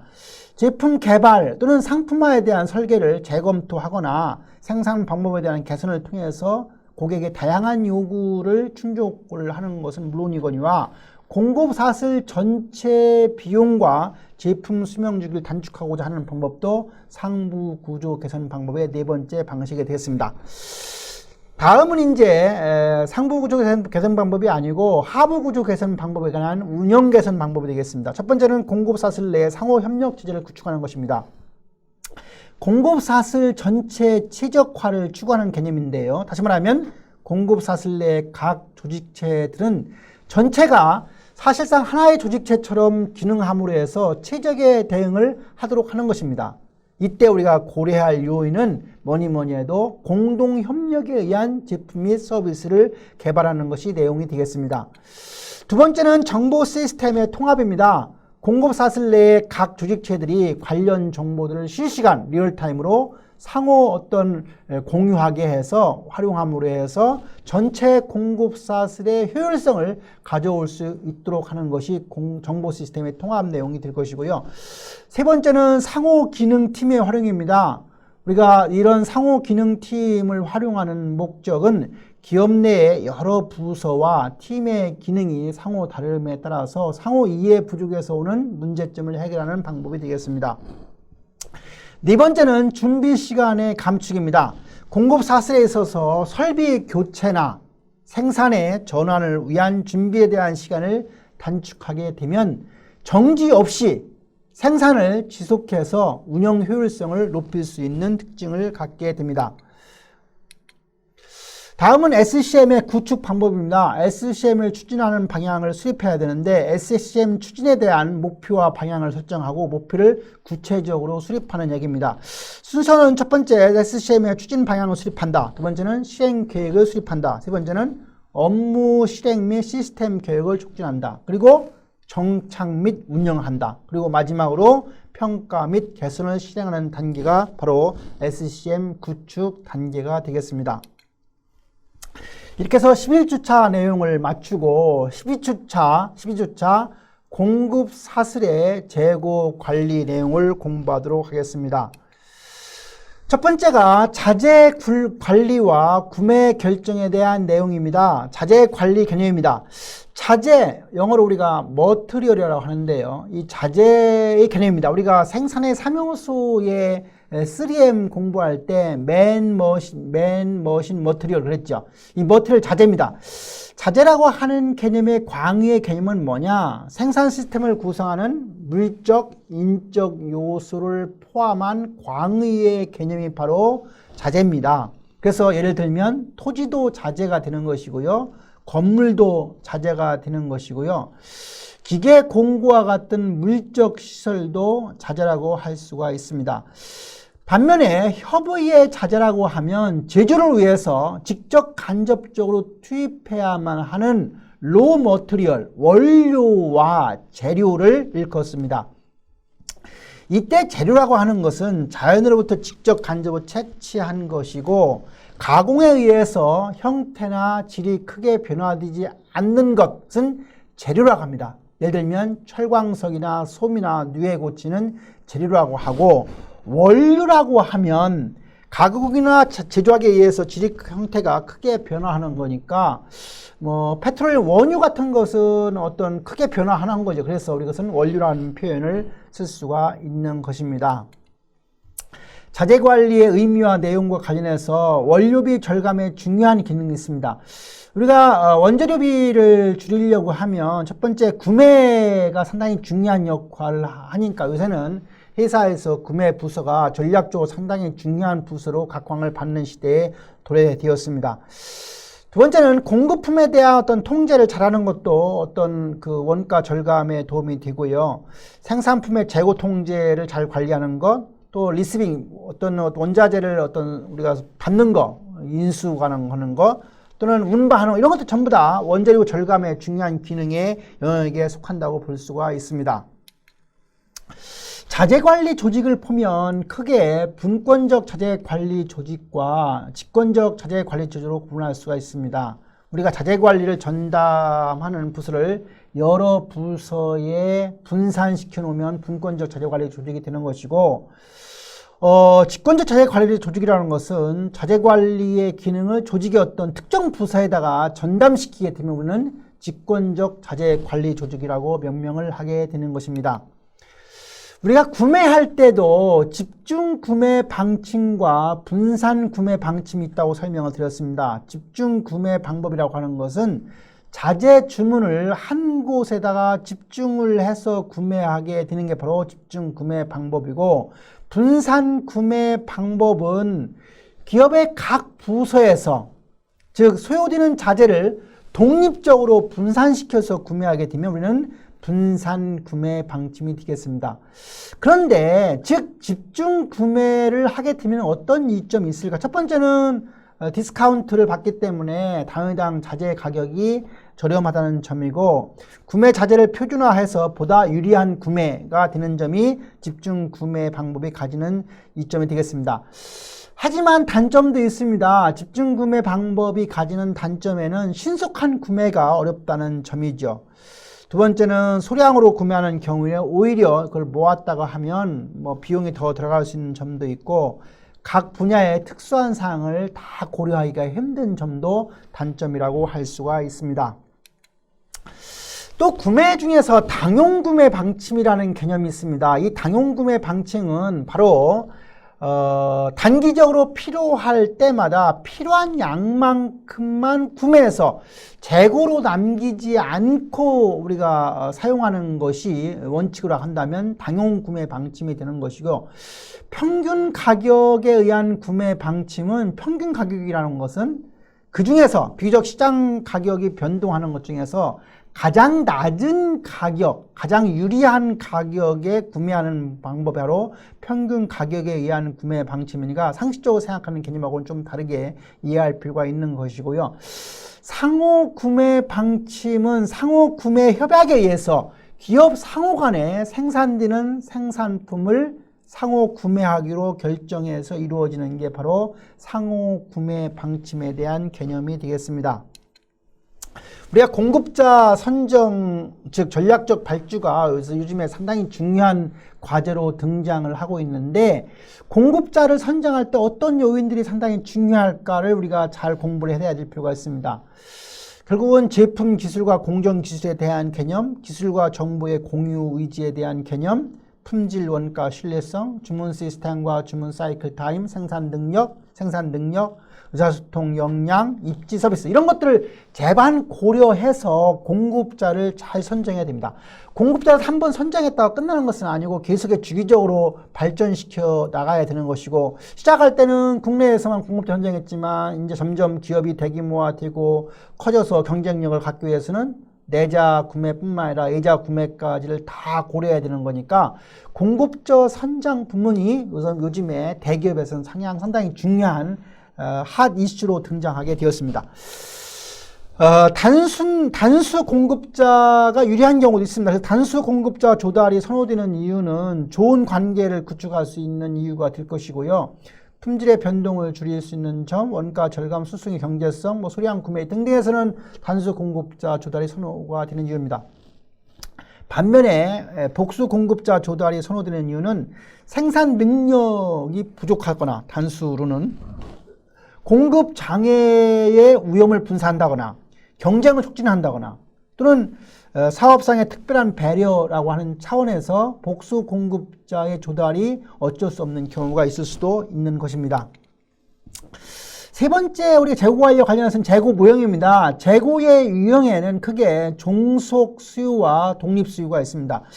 종속 수요는 마지막 생산에 사용되는 하위 조립품에 해당하는 수요가 종속 수요에 해당이 될 것이고, 독립 수요는 최종 완제품과 관련된 수요가 독립 수요라고 볼 수가 있습니다. 그 다음에 우리 공부하는 게 재고 모형이죠. EOQ, EPQ 공부하기 전에 재고 모형과 관련된 비용을 공부하는데, 첫 번째가 재고 유지 비용입니다. 재고 유지 비용에 해당이 되는 것은 재고 자재를 먼저 사왔을 때 이자를 내야 되는 거니까 이자나 보험료나 세금이나 감가상각비나 진부화 비용이나 손상 비용, 도난 비용, 파손 비용, 입금, 이런 것들이 이제 전부 재고 유지 비용이고, 주문 비용은 주문량과 결정에 들어가는 비용인데 송장 준비 비용이라든가 도착 물품의 질과 양에 대한 검사 비용이라든가 또는 상품을 임시 보관 장소로 옮기는 비용 등등이 바로 주문 비용에 해당이 될 것이고, 재고 유지 비용은 수요량이 공급량을 초과할 때 발생하는 비용이니까 판매 기회 상실로 인한 기회 비용이 대표적인 재고 부족 비용이라고 볼 수가 있는 것입니다. 재고 모형은 크게 우리가 두 가지 공부했죠. 한 가지는 EOQ, 즉 경제적 주문량 모형입니다. 한 번에 주문을 얼만큼 하는 게 가장 경제적이냐와 관련된 모형이 경제적 주문량 모형이고, 재고를 얼마만큼 주문하는가를 결정하기 위한 모형인데, 이 경제적 주문량 모형을 보면 민감도가 떨어지는데, 그러나 이런 EOQ 전문을 알면 대략적으로 얼마 정도를 한 번에 구매하는 것이 가장 적절한지를 우리가 파악하는데 도움이 되기 때문에, 윌슨 포뮬러, 처음에는 해리스가 만들었다고 해서 해리스 공식을 했다가 1930년대에 윌슨이라는 사람이 산업체에 많이 활용되게 했다고 해서 윌슨 포뮬러라고도 알려 있습니다. 요 재고 경제적 주문량 우리 공부했던 기억이 나고요. 그 다음에 우리 공부했던 거 EPQ, 경제적 생산량 모형 배웠죠. 기업의 자체 공장에서 어떤 품목을 생산하면서 동시에 소비하는 경우에 관련된 모형이 바로 경제적 생산량 모형 EPQ 모형이 되겠죠. 그래서 그림에서 보듯이 생산과 동시에 소비가 이루어지기 때문에 점선으로 생산이 이루어져도 중간에 소비가 이루어져서 실선으로 올라가는 상태가 되는 거죠. 그래서 이와 관련된 모형이 EPQ 모형이 되겠습니다. 그 다음에 이제 고정 주문량 시스템이라고 하는 Q 시스템은 정량 주문, 한 번에 일정한 양만큼씩 주문하는 게 고정 주문량 시스템이고, 고정 주문 간격 시스템은 한 달 또는 6개월 이렇게 해서 간격이 정해져 있는 시스템이 P 시스템이 됩니다. 생각할 수 있는 것은 Q 시스템인 경우는 변화할 수 있는 게 결국은 수요량이 많아지면 기간이 짧아지게 되겠죠. 만약 수요량이 적게 되면 기간이 길어진다는 얘기죠.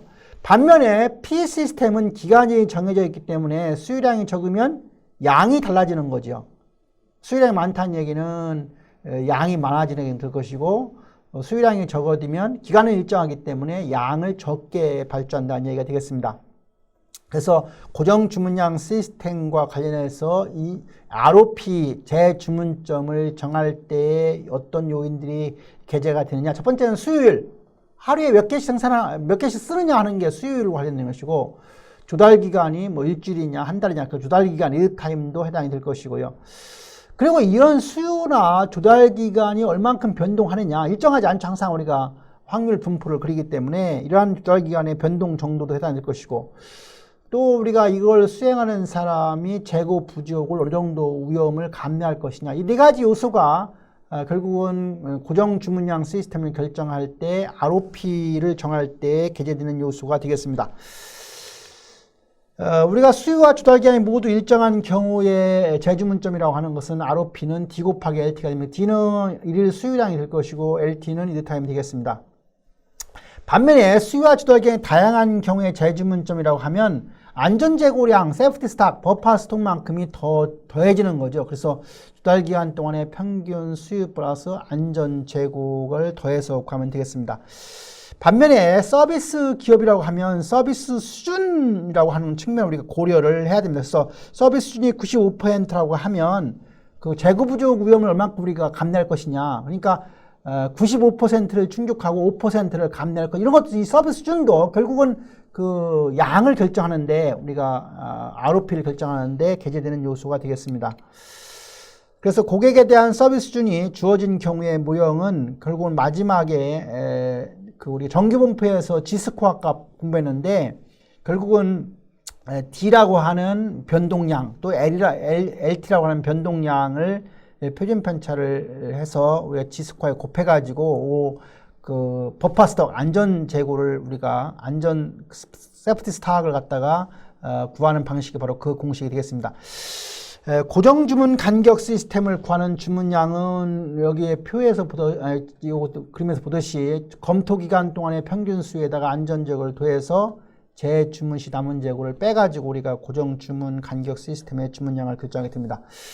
그리고 마지막으로 ABC 재고 관리 시스템은 연가 사용 금액이라고 하는 중요성 측정 기준에 의해서 재고 품목을 A, B, C라고 하는 것으로 차별화시켜서 A 품목은 품목의 수는 적지만 가격이 비싼 거니까 거기에 더 우리가 관리에 초점을 맞추는 것이고, 마지막 C 품목은 품목의 수는 엄청 많은데 가격이 적다고 하면 덜 관리한다는 얘기인데, 우리가 이러한 ABC 재고 관리 시스템은 컴퓨터가 도입되기 전에 이런 카드 시스템을 이용할 때는 많이 연구되었지만 지금은 컴퓨터가 도입된 상태이기 때문에 모든 품목 하나하나가 전부 다 철저하게 관리되고 있는 건 특징이지만, 이러한 ABC 재고 관리 시스템을 우리가 공부하는 이유는 분명히 어떤 자재나 부품의 경우에 A 품목이 B 품목이 있고 C 품목이 있다는 사실을 우리가 차별적으로 관리할 필요성에 대한 로직을 가리키기 위해서 이 개념들이 들어가 있습니다.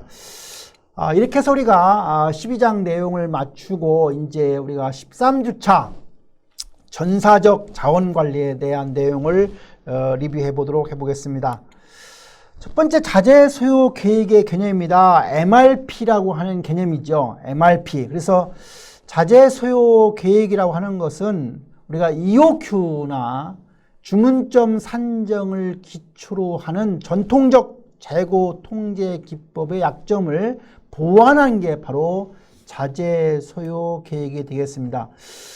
학자가 아니고 기사 출신인 조셉 올리키에 의해서 개발된 자재 관리 및 재고 통제 기법이 바로 자재 소요 계획 MRP가 되겠습니다.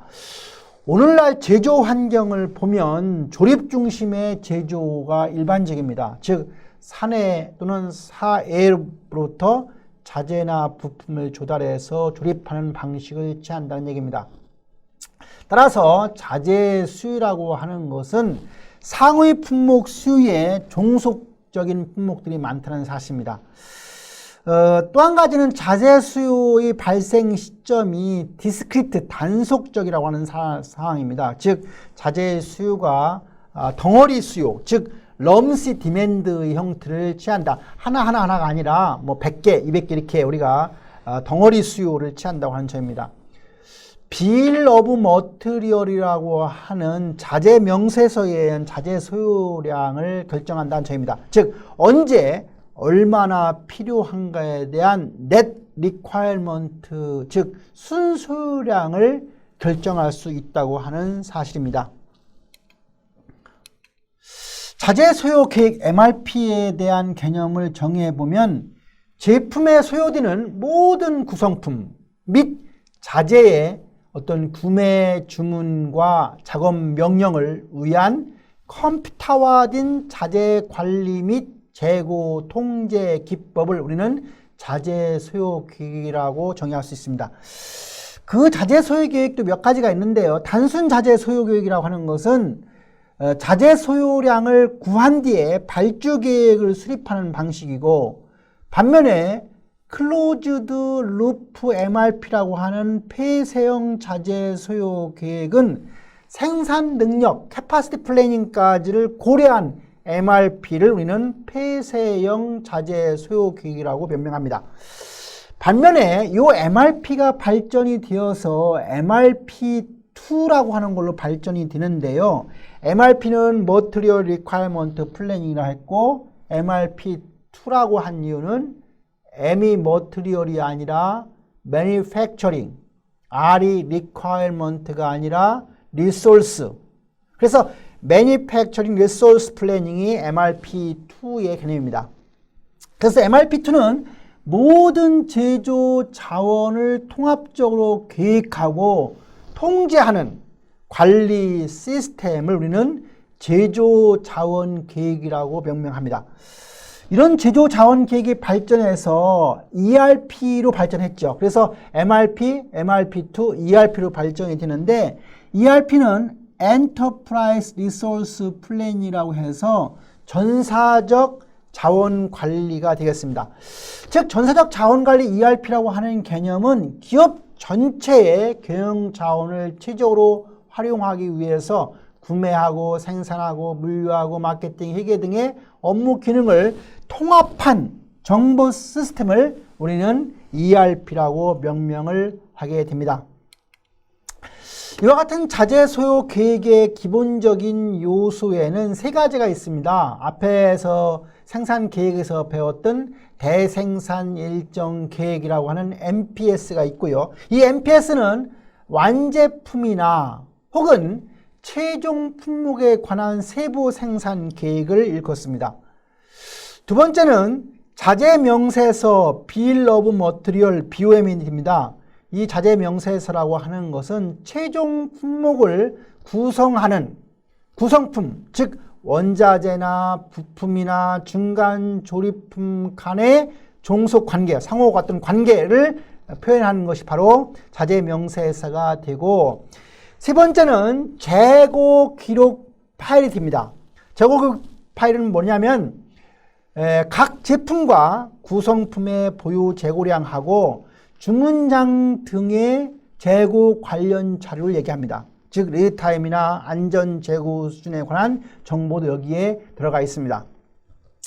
그래서 자재 소요 계획을 이제 돌리면 결국 나올 수 있는 아웃풋 내용은 뭐냐면 계획 주문량을 얻을 수 있고요.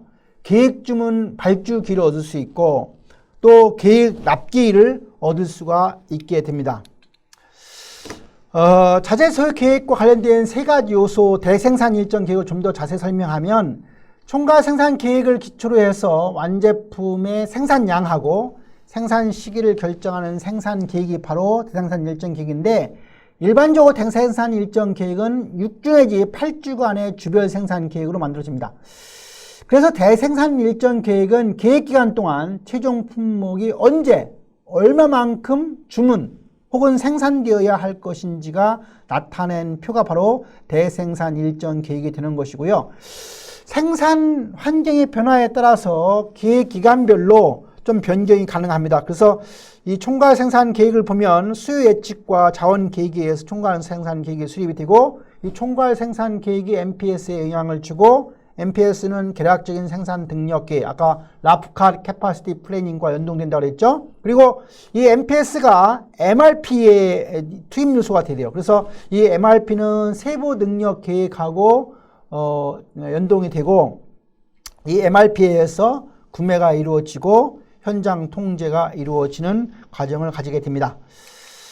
자재 명세에서는 최종 품목과 각 구성품과의 관계를 나타내는 것이라고 했죠. 그래서 최종 품목의 생산에 사용되는 모든 구성품과 각 구성품에 필요한 양, 조립 순서 등이 명시된 것이 바로 자재 명세서고, 지금 앞에 보는 자전거와 관련된 이 그림이 바로 자재 명세서와 관련된 그림이 되겠습니다. 마지막으로 우리가 MRP의 세 번째 요소는 재고 기록 처리라고 그랬죠. 그래서 MRP 시스템 내에서 자재나 구성품의 주문량을 결정하기 위해서는 우리가 각 구성품의 재고 현황을 파악하고 있어야 되는데, 그 재고 현황이 바로 재고 기록 처리 되겠습니다.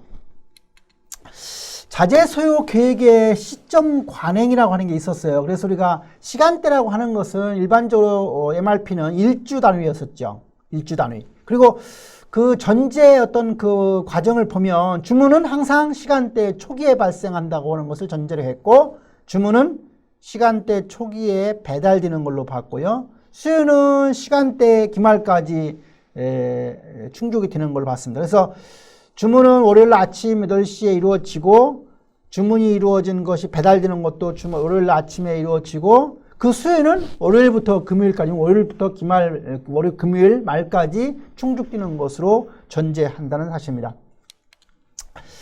이때 우리가 한 번에 주문량을 얼마나 할 거냐가 바로 럿의 결정 기법인데요. 그 럿을 결정하는 기법은 롯대 럿 기법이 있고, 고정량 주문량 방법이 있고, 기간 주문량 기법이 있는데, 롯대 럿 기법은 매기간 동안에 필요한 소요량을 기간마다 주문하는 방법이 lot for lot 기법입니다. 반면에 fixed order quantity 고정 주문량 기법은 우리가 주문을 할 때 럿의 크기를 고정시켜서 일정한 크기의 럿을 주문하는 방법인데, 일반적으로 우리가 고정량 주문량을 결정하는 방법으로는 EOQ, 즉 루트 H분의 EDS라는 공식을 많이 활용하게 됩니다.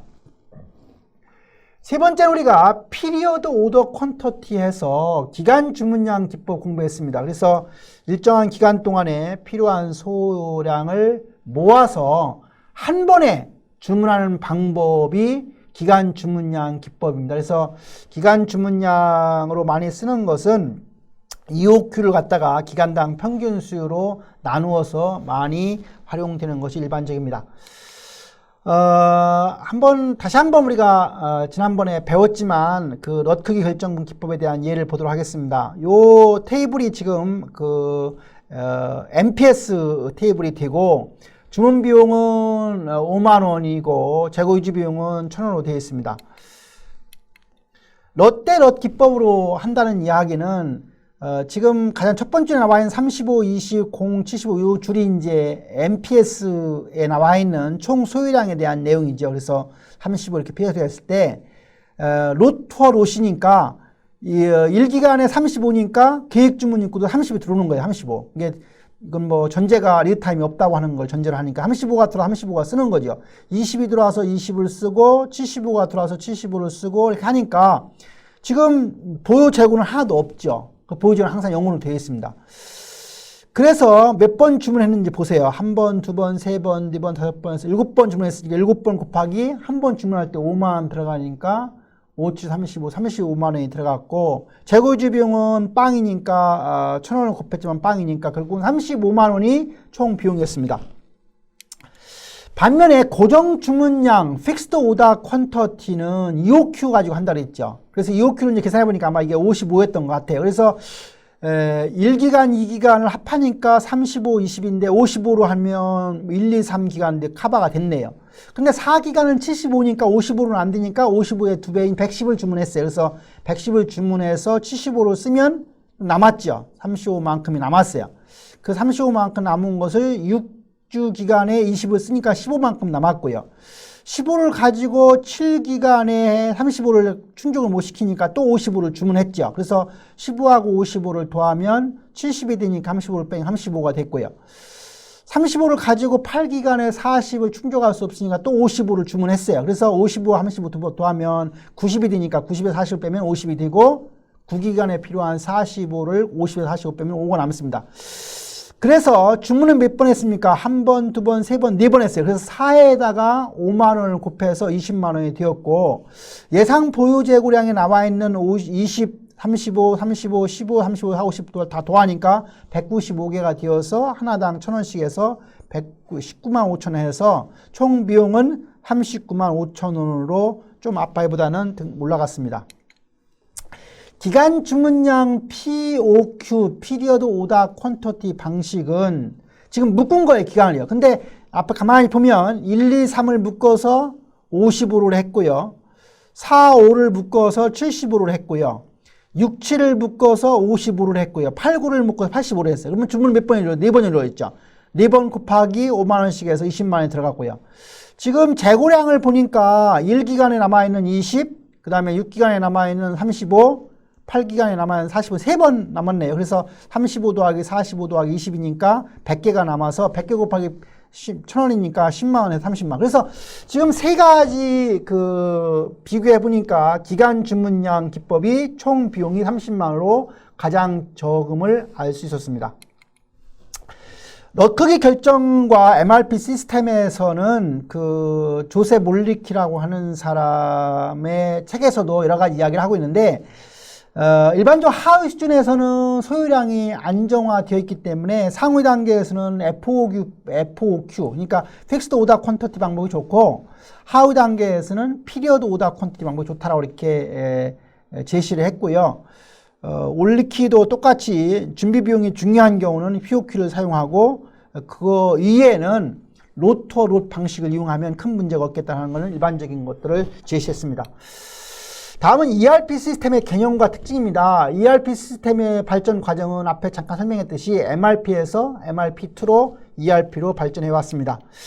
ERP 시스템이라고 하는 것은 기업 전체의 경영 자원을 계획적으로 최적 활용을 위해서 구매하고 생산하고 분류하고 마케팅, 회계 등 업무 기능의 효율화를 추구하는 통합정보 시스템이 바로 ERP 시스템이 됩니다. 통합 데이터베이스를 공유한다고 했어요. 그래서 이제 판매 모듈, 생산 모듈 등등 여러 가지 모듈별로 구성이 되어 있다고 얘기를 했고요. 셉이라고 하는 회사에서 ERP가 가장 많이 전 세계적으로 알려져 있는 그룹의 모듈인데 셉의 경우에 ERP 시스템의 모듈은 그렇게 되어 있습니다. ERP 시스템의 특성이 보통 판매나 유통, 그 다음에 생산 및 자재 관리, 품질 관리, 인적자원 관리, 프로젝트 관리, 회계 및 재무 통제로 되어 있어서 셉의 ERP 시스템은 이렇게 모듈로 구성이 되어 있습니다. ERP 시스템의 첫 번째 도입 단계는 ERP 시스템 도입 준비입니다. 그래서 ERP 시스템에 대한 경제적, 기술적인 타당성을 조사하는 것이 첫 번째 단계가 되는 것이고요. 두 번째 ERP 시스템의 선정 및 계약에서는 평가 기준을 마련해서 그 평가 기준에 따라서 계약을 이제 성사시키는 것이 두 번째 단계고요. ERP 시스템의 선정이나 계약 절차를 보면 일반적으로 현황 분석 단계, 도입 전략 수립 단계, 제품 평가 및 제안 단계, 제안 요청서 평가 단계, 패키지 기능 분석 단계로 구성되어 있습니다.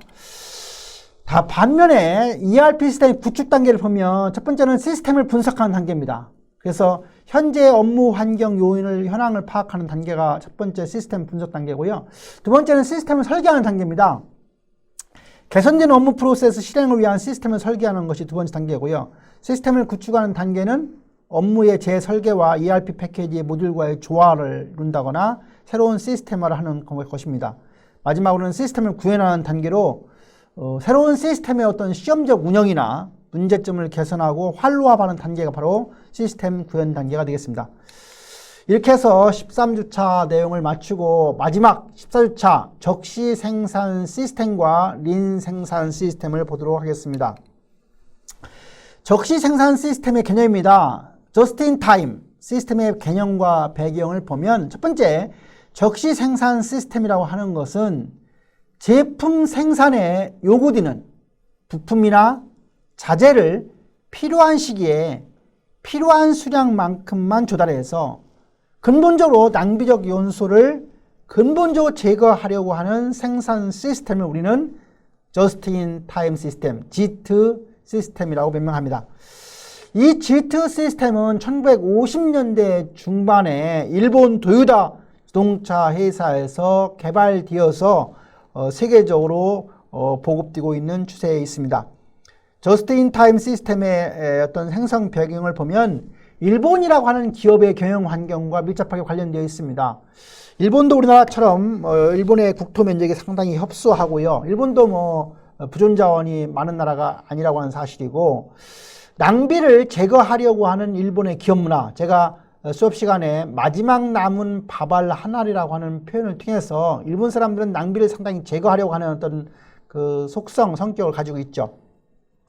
네 번째는 작업자의 기능이나 능력을 최대한 활용하는 특징을 가지고 있습니다. 그래서 이러한 네 가지가 JIT 시스템, Just in Time 시스템이 생성을 일본에서 나온 배경과 밀접하게 관련되어 있습니다. JIT 시스템의 목표는 첫 번째, 제조 준비 시간을 단축한다는 점입니다. 소량의 럿 생산으로 제조 준비비를 절감시킵니다. 그래서 제조 준비 시간을 단축하게 되고요.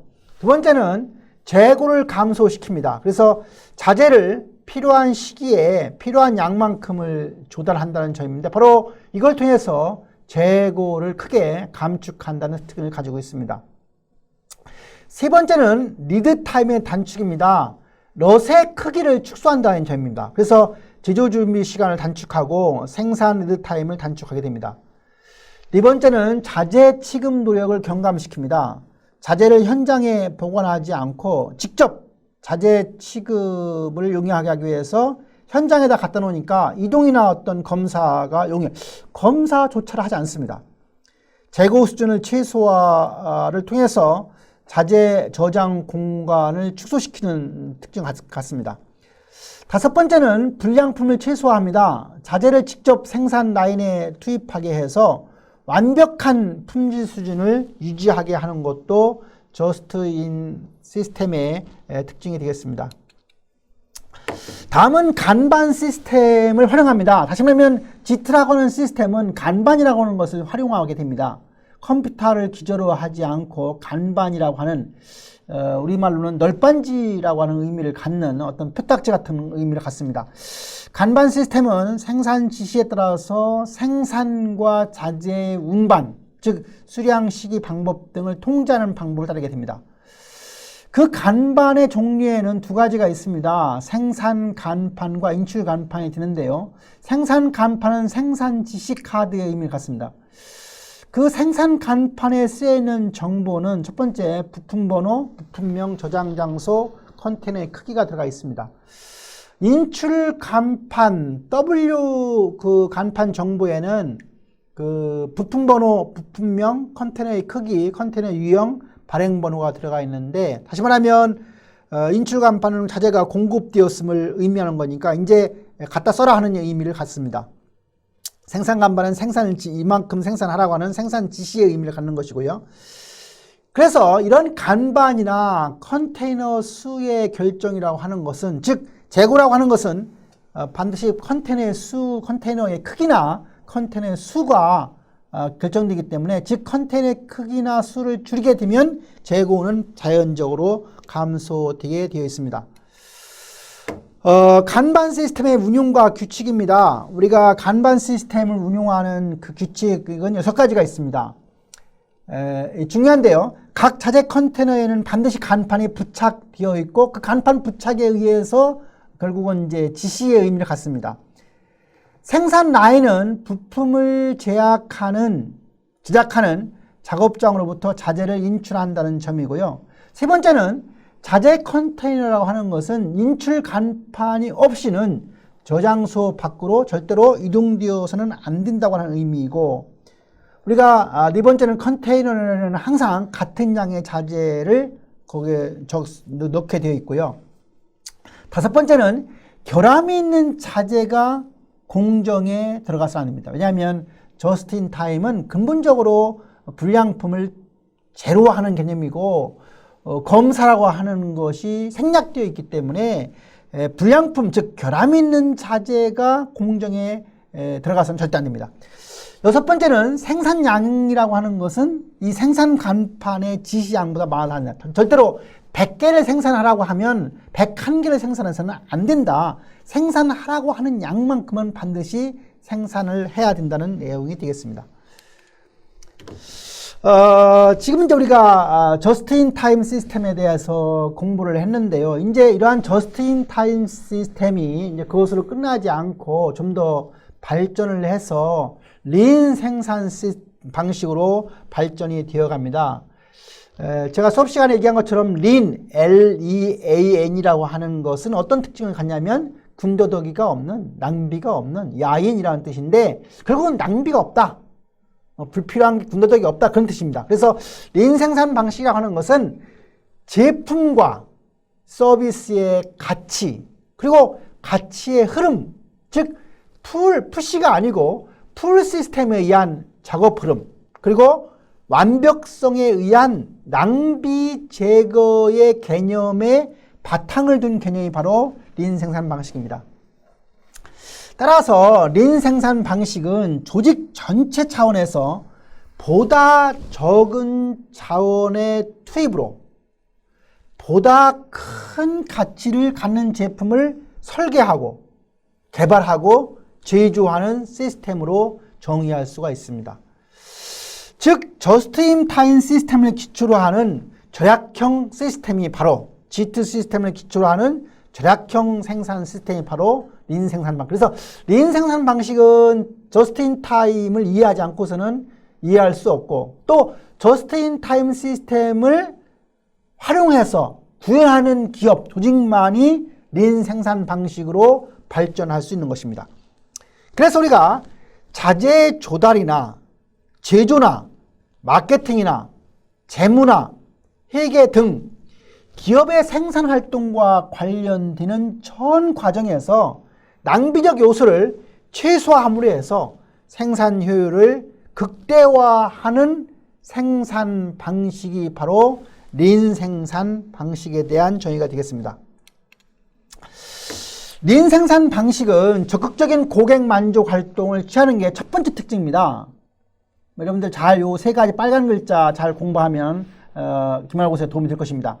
적극적인 고객 만족 활동. 다시 말하면 고객 지향적이고 높은 가치를 지닌 제품을 개발하고 경쟁 기업보다 높은 품질의 제품을 신속하게, 스피드하게 시장에 출시함으로 해서 고객으로부터 좀 더 좋은 이미지를 구축할 수 있는 특징이 있어서 결국은 린 생산 방식은 적극적인 고객 만족 활동을 취한다는 점입니다. 두 번째는 자재 조달 과정에서 원가 절감 활동을 하고 있다는 점입니다. 직접 제조비 이외에도 자재를 조달하고 자재를 선적하고 자재 인수를 하고 검사하고 재작업 등에 소요되는 비용을 줄여나가는데, 사실은 여기에서 검사 같은 비용은 거의 제로에 가깝도록 줄여나가는 상태를 취합니다. 그래서 자재 조달 과정에서 뒤떨어지면 그 원가 절감 활동을 하게 하는 게 바로 린 생산 방식의 두 번째 특징이 되겠습니다. 세 번째는 자원 이용이나 기술의 통합합니다. 그래서 생산이나 관리 기술을 응용해서 통합적인 자원 이용을 가능하게 함으로 해서 최소의 자원으로 최대의 가치를 지닌 제품이나 서비스를 생산하게 해서 고객에게 제공하는 특징을 갖습니다. 그래서 린 생산 방식의 특징 세 가지를 잘 알아놓으면 되겠습니다. 대략적으로 이제 우리가 구주차에서 더 배운 지금 14주차까지의 내용을 전반적으로 리뷰를 해봤습니다. 그래서 여러분들이 이제 다음 주에 생산관리의 운영관리의 기말고사를 공부를 해야 되는데, 기말고사 공부는 중간고사와 비슷하게 유사하게 객관식 40문항으로 구성되어 있습니다. 그래서 그 앞에 부분은 우리가 이제 그 생산 계획과 관련된 포트 CPM부터 배웠기 때문에 일정 계획에 관련된 내용이 첫 번째 문항에서 테스트를 하고요. 두 번째 문항에서는 그 프로젝트 관리자 선발과 관련된 내용을 공부한 적이 있습니다. 그래서 그런 걸 여러분들 공부 다시 한번 해보시면 되겠고, 3번 문항은 이제 우리 여러분들 프로젝트의 어떤 기대 완료 시간과 관련해서 우리가 정규분포라고 하는 게 있죠. 그래서 우리가 평균 완료 시간에 끝날 수 있는 확률이라고 하는 것은 우리가 정규분포 곡선에서 가운데 지점이니까 가운데라고 하는 것은 우리가 이 X축과 곡선 사이 전체 면적은 1이니까 1의 가운데라고 하는 것은 얼마예요? 50%라고 하는 개념을 잘 이해하면 되겠습니다. 그 다음에 우리가 프로젝트의 완성 시간의 단축과 관련된 이야기 좀 공부를 하시면 되고요. 그 다음에 A&B 우리가 계산하는 방식 있죠. 그 6분의 A 플러스 4M 플러스 B라고 하는 공식 이용해서 하는 거니까 기말고사 시험 보는 데에도 계산기를 가지고 있으면 도움이 되리라고 생각이 듭니다. 총괄 생산 계획과 관련되어서 문제는 전략에 대한 문제가 상당히 중요하죠. 그래서 그런 거 공부하면 되고, 뭐 순수 전략 이런 내용, 그리고 생산 계획과 관련 대생산 일정 계획에 대한 어떤 산출물 이런 걸 공부하면 되겠고요. 그 다음에 제조업에서 평준화 전략을 추진하는 내용 이런 것들 다시 한번 보시고요. 그 다음에 서비스 기업에서 어떤 수요를 조절하는 전략 마지막 파트에서 제가 설명했는데 이런 거에 대한 공부를 하시면 되겠습니다. 그 다음에 공급망 관리가 생산 운영 관리에서 상당히 중요한 내용이라 했는데, 그 SCM의 기본적인 특징들을 다시 한번 공부를 하시고요. 또 공급 사슬에 관련된 기본적인 내용에서 잘못된 거 이런 거 고르는 문제가 있습니다. 그 다음에 싱크로나이제이션, 동기화라고 하는 개념이 뭐냐 이런 거 공부를 하시면 되겠고, 또 아까 우리가 SCM 공부할 때 상부 구조 개선 방법, 하부 구조 개선 방법 4가지 공부했는데 그 공부 4가지 각각 공부를 하시면 될 것 같은 생각이 듭니다. 다음에 우리가 재고 관리에서 중요한 내용들은 주문점 ROP 계산하는 방식 한번 보시면 될 것 같고요. 그 다음에 경제적 주문량 모형에 관한 어떤 그 설명 이런 거 다시 한번 공부를 하시면 되겠고, 재고 비용 뭐 몇 가지 3가지 공부했는데 재고 비용에 관한 공부도 한번 다시 해보시기 바랍니다.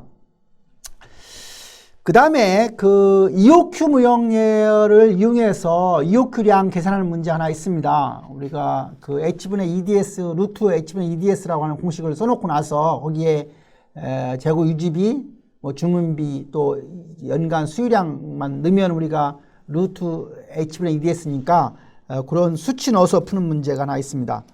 그 다음에 재주문점 결정할 때 쓰는 요소 이런 거 공부했고요.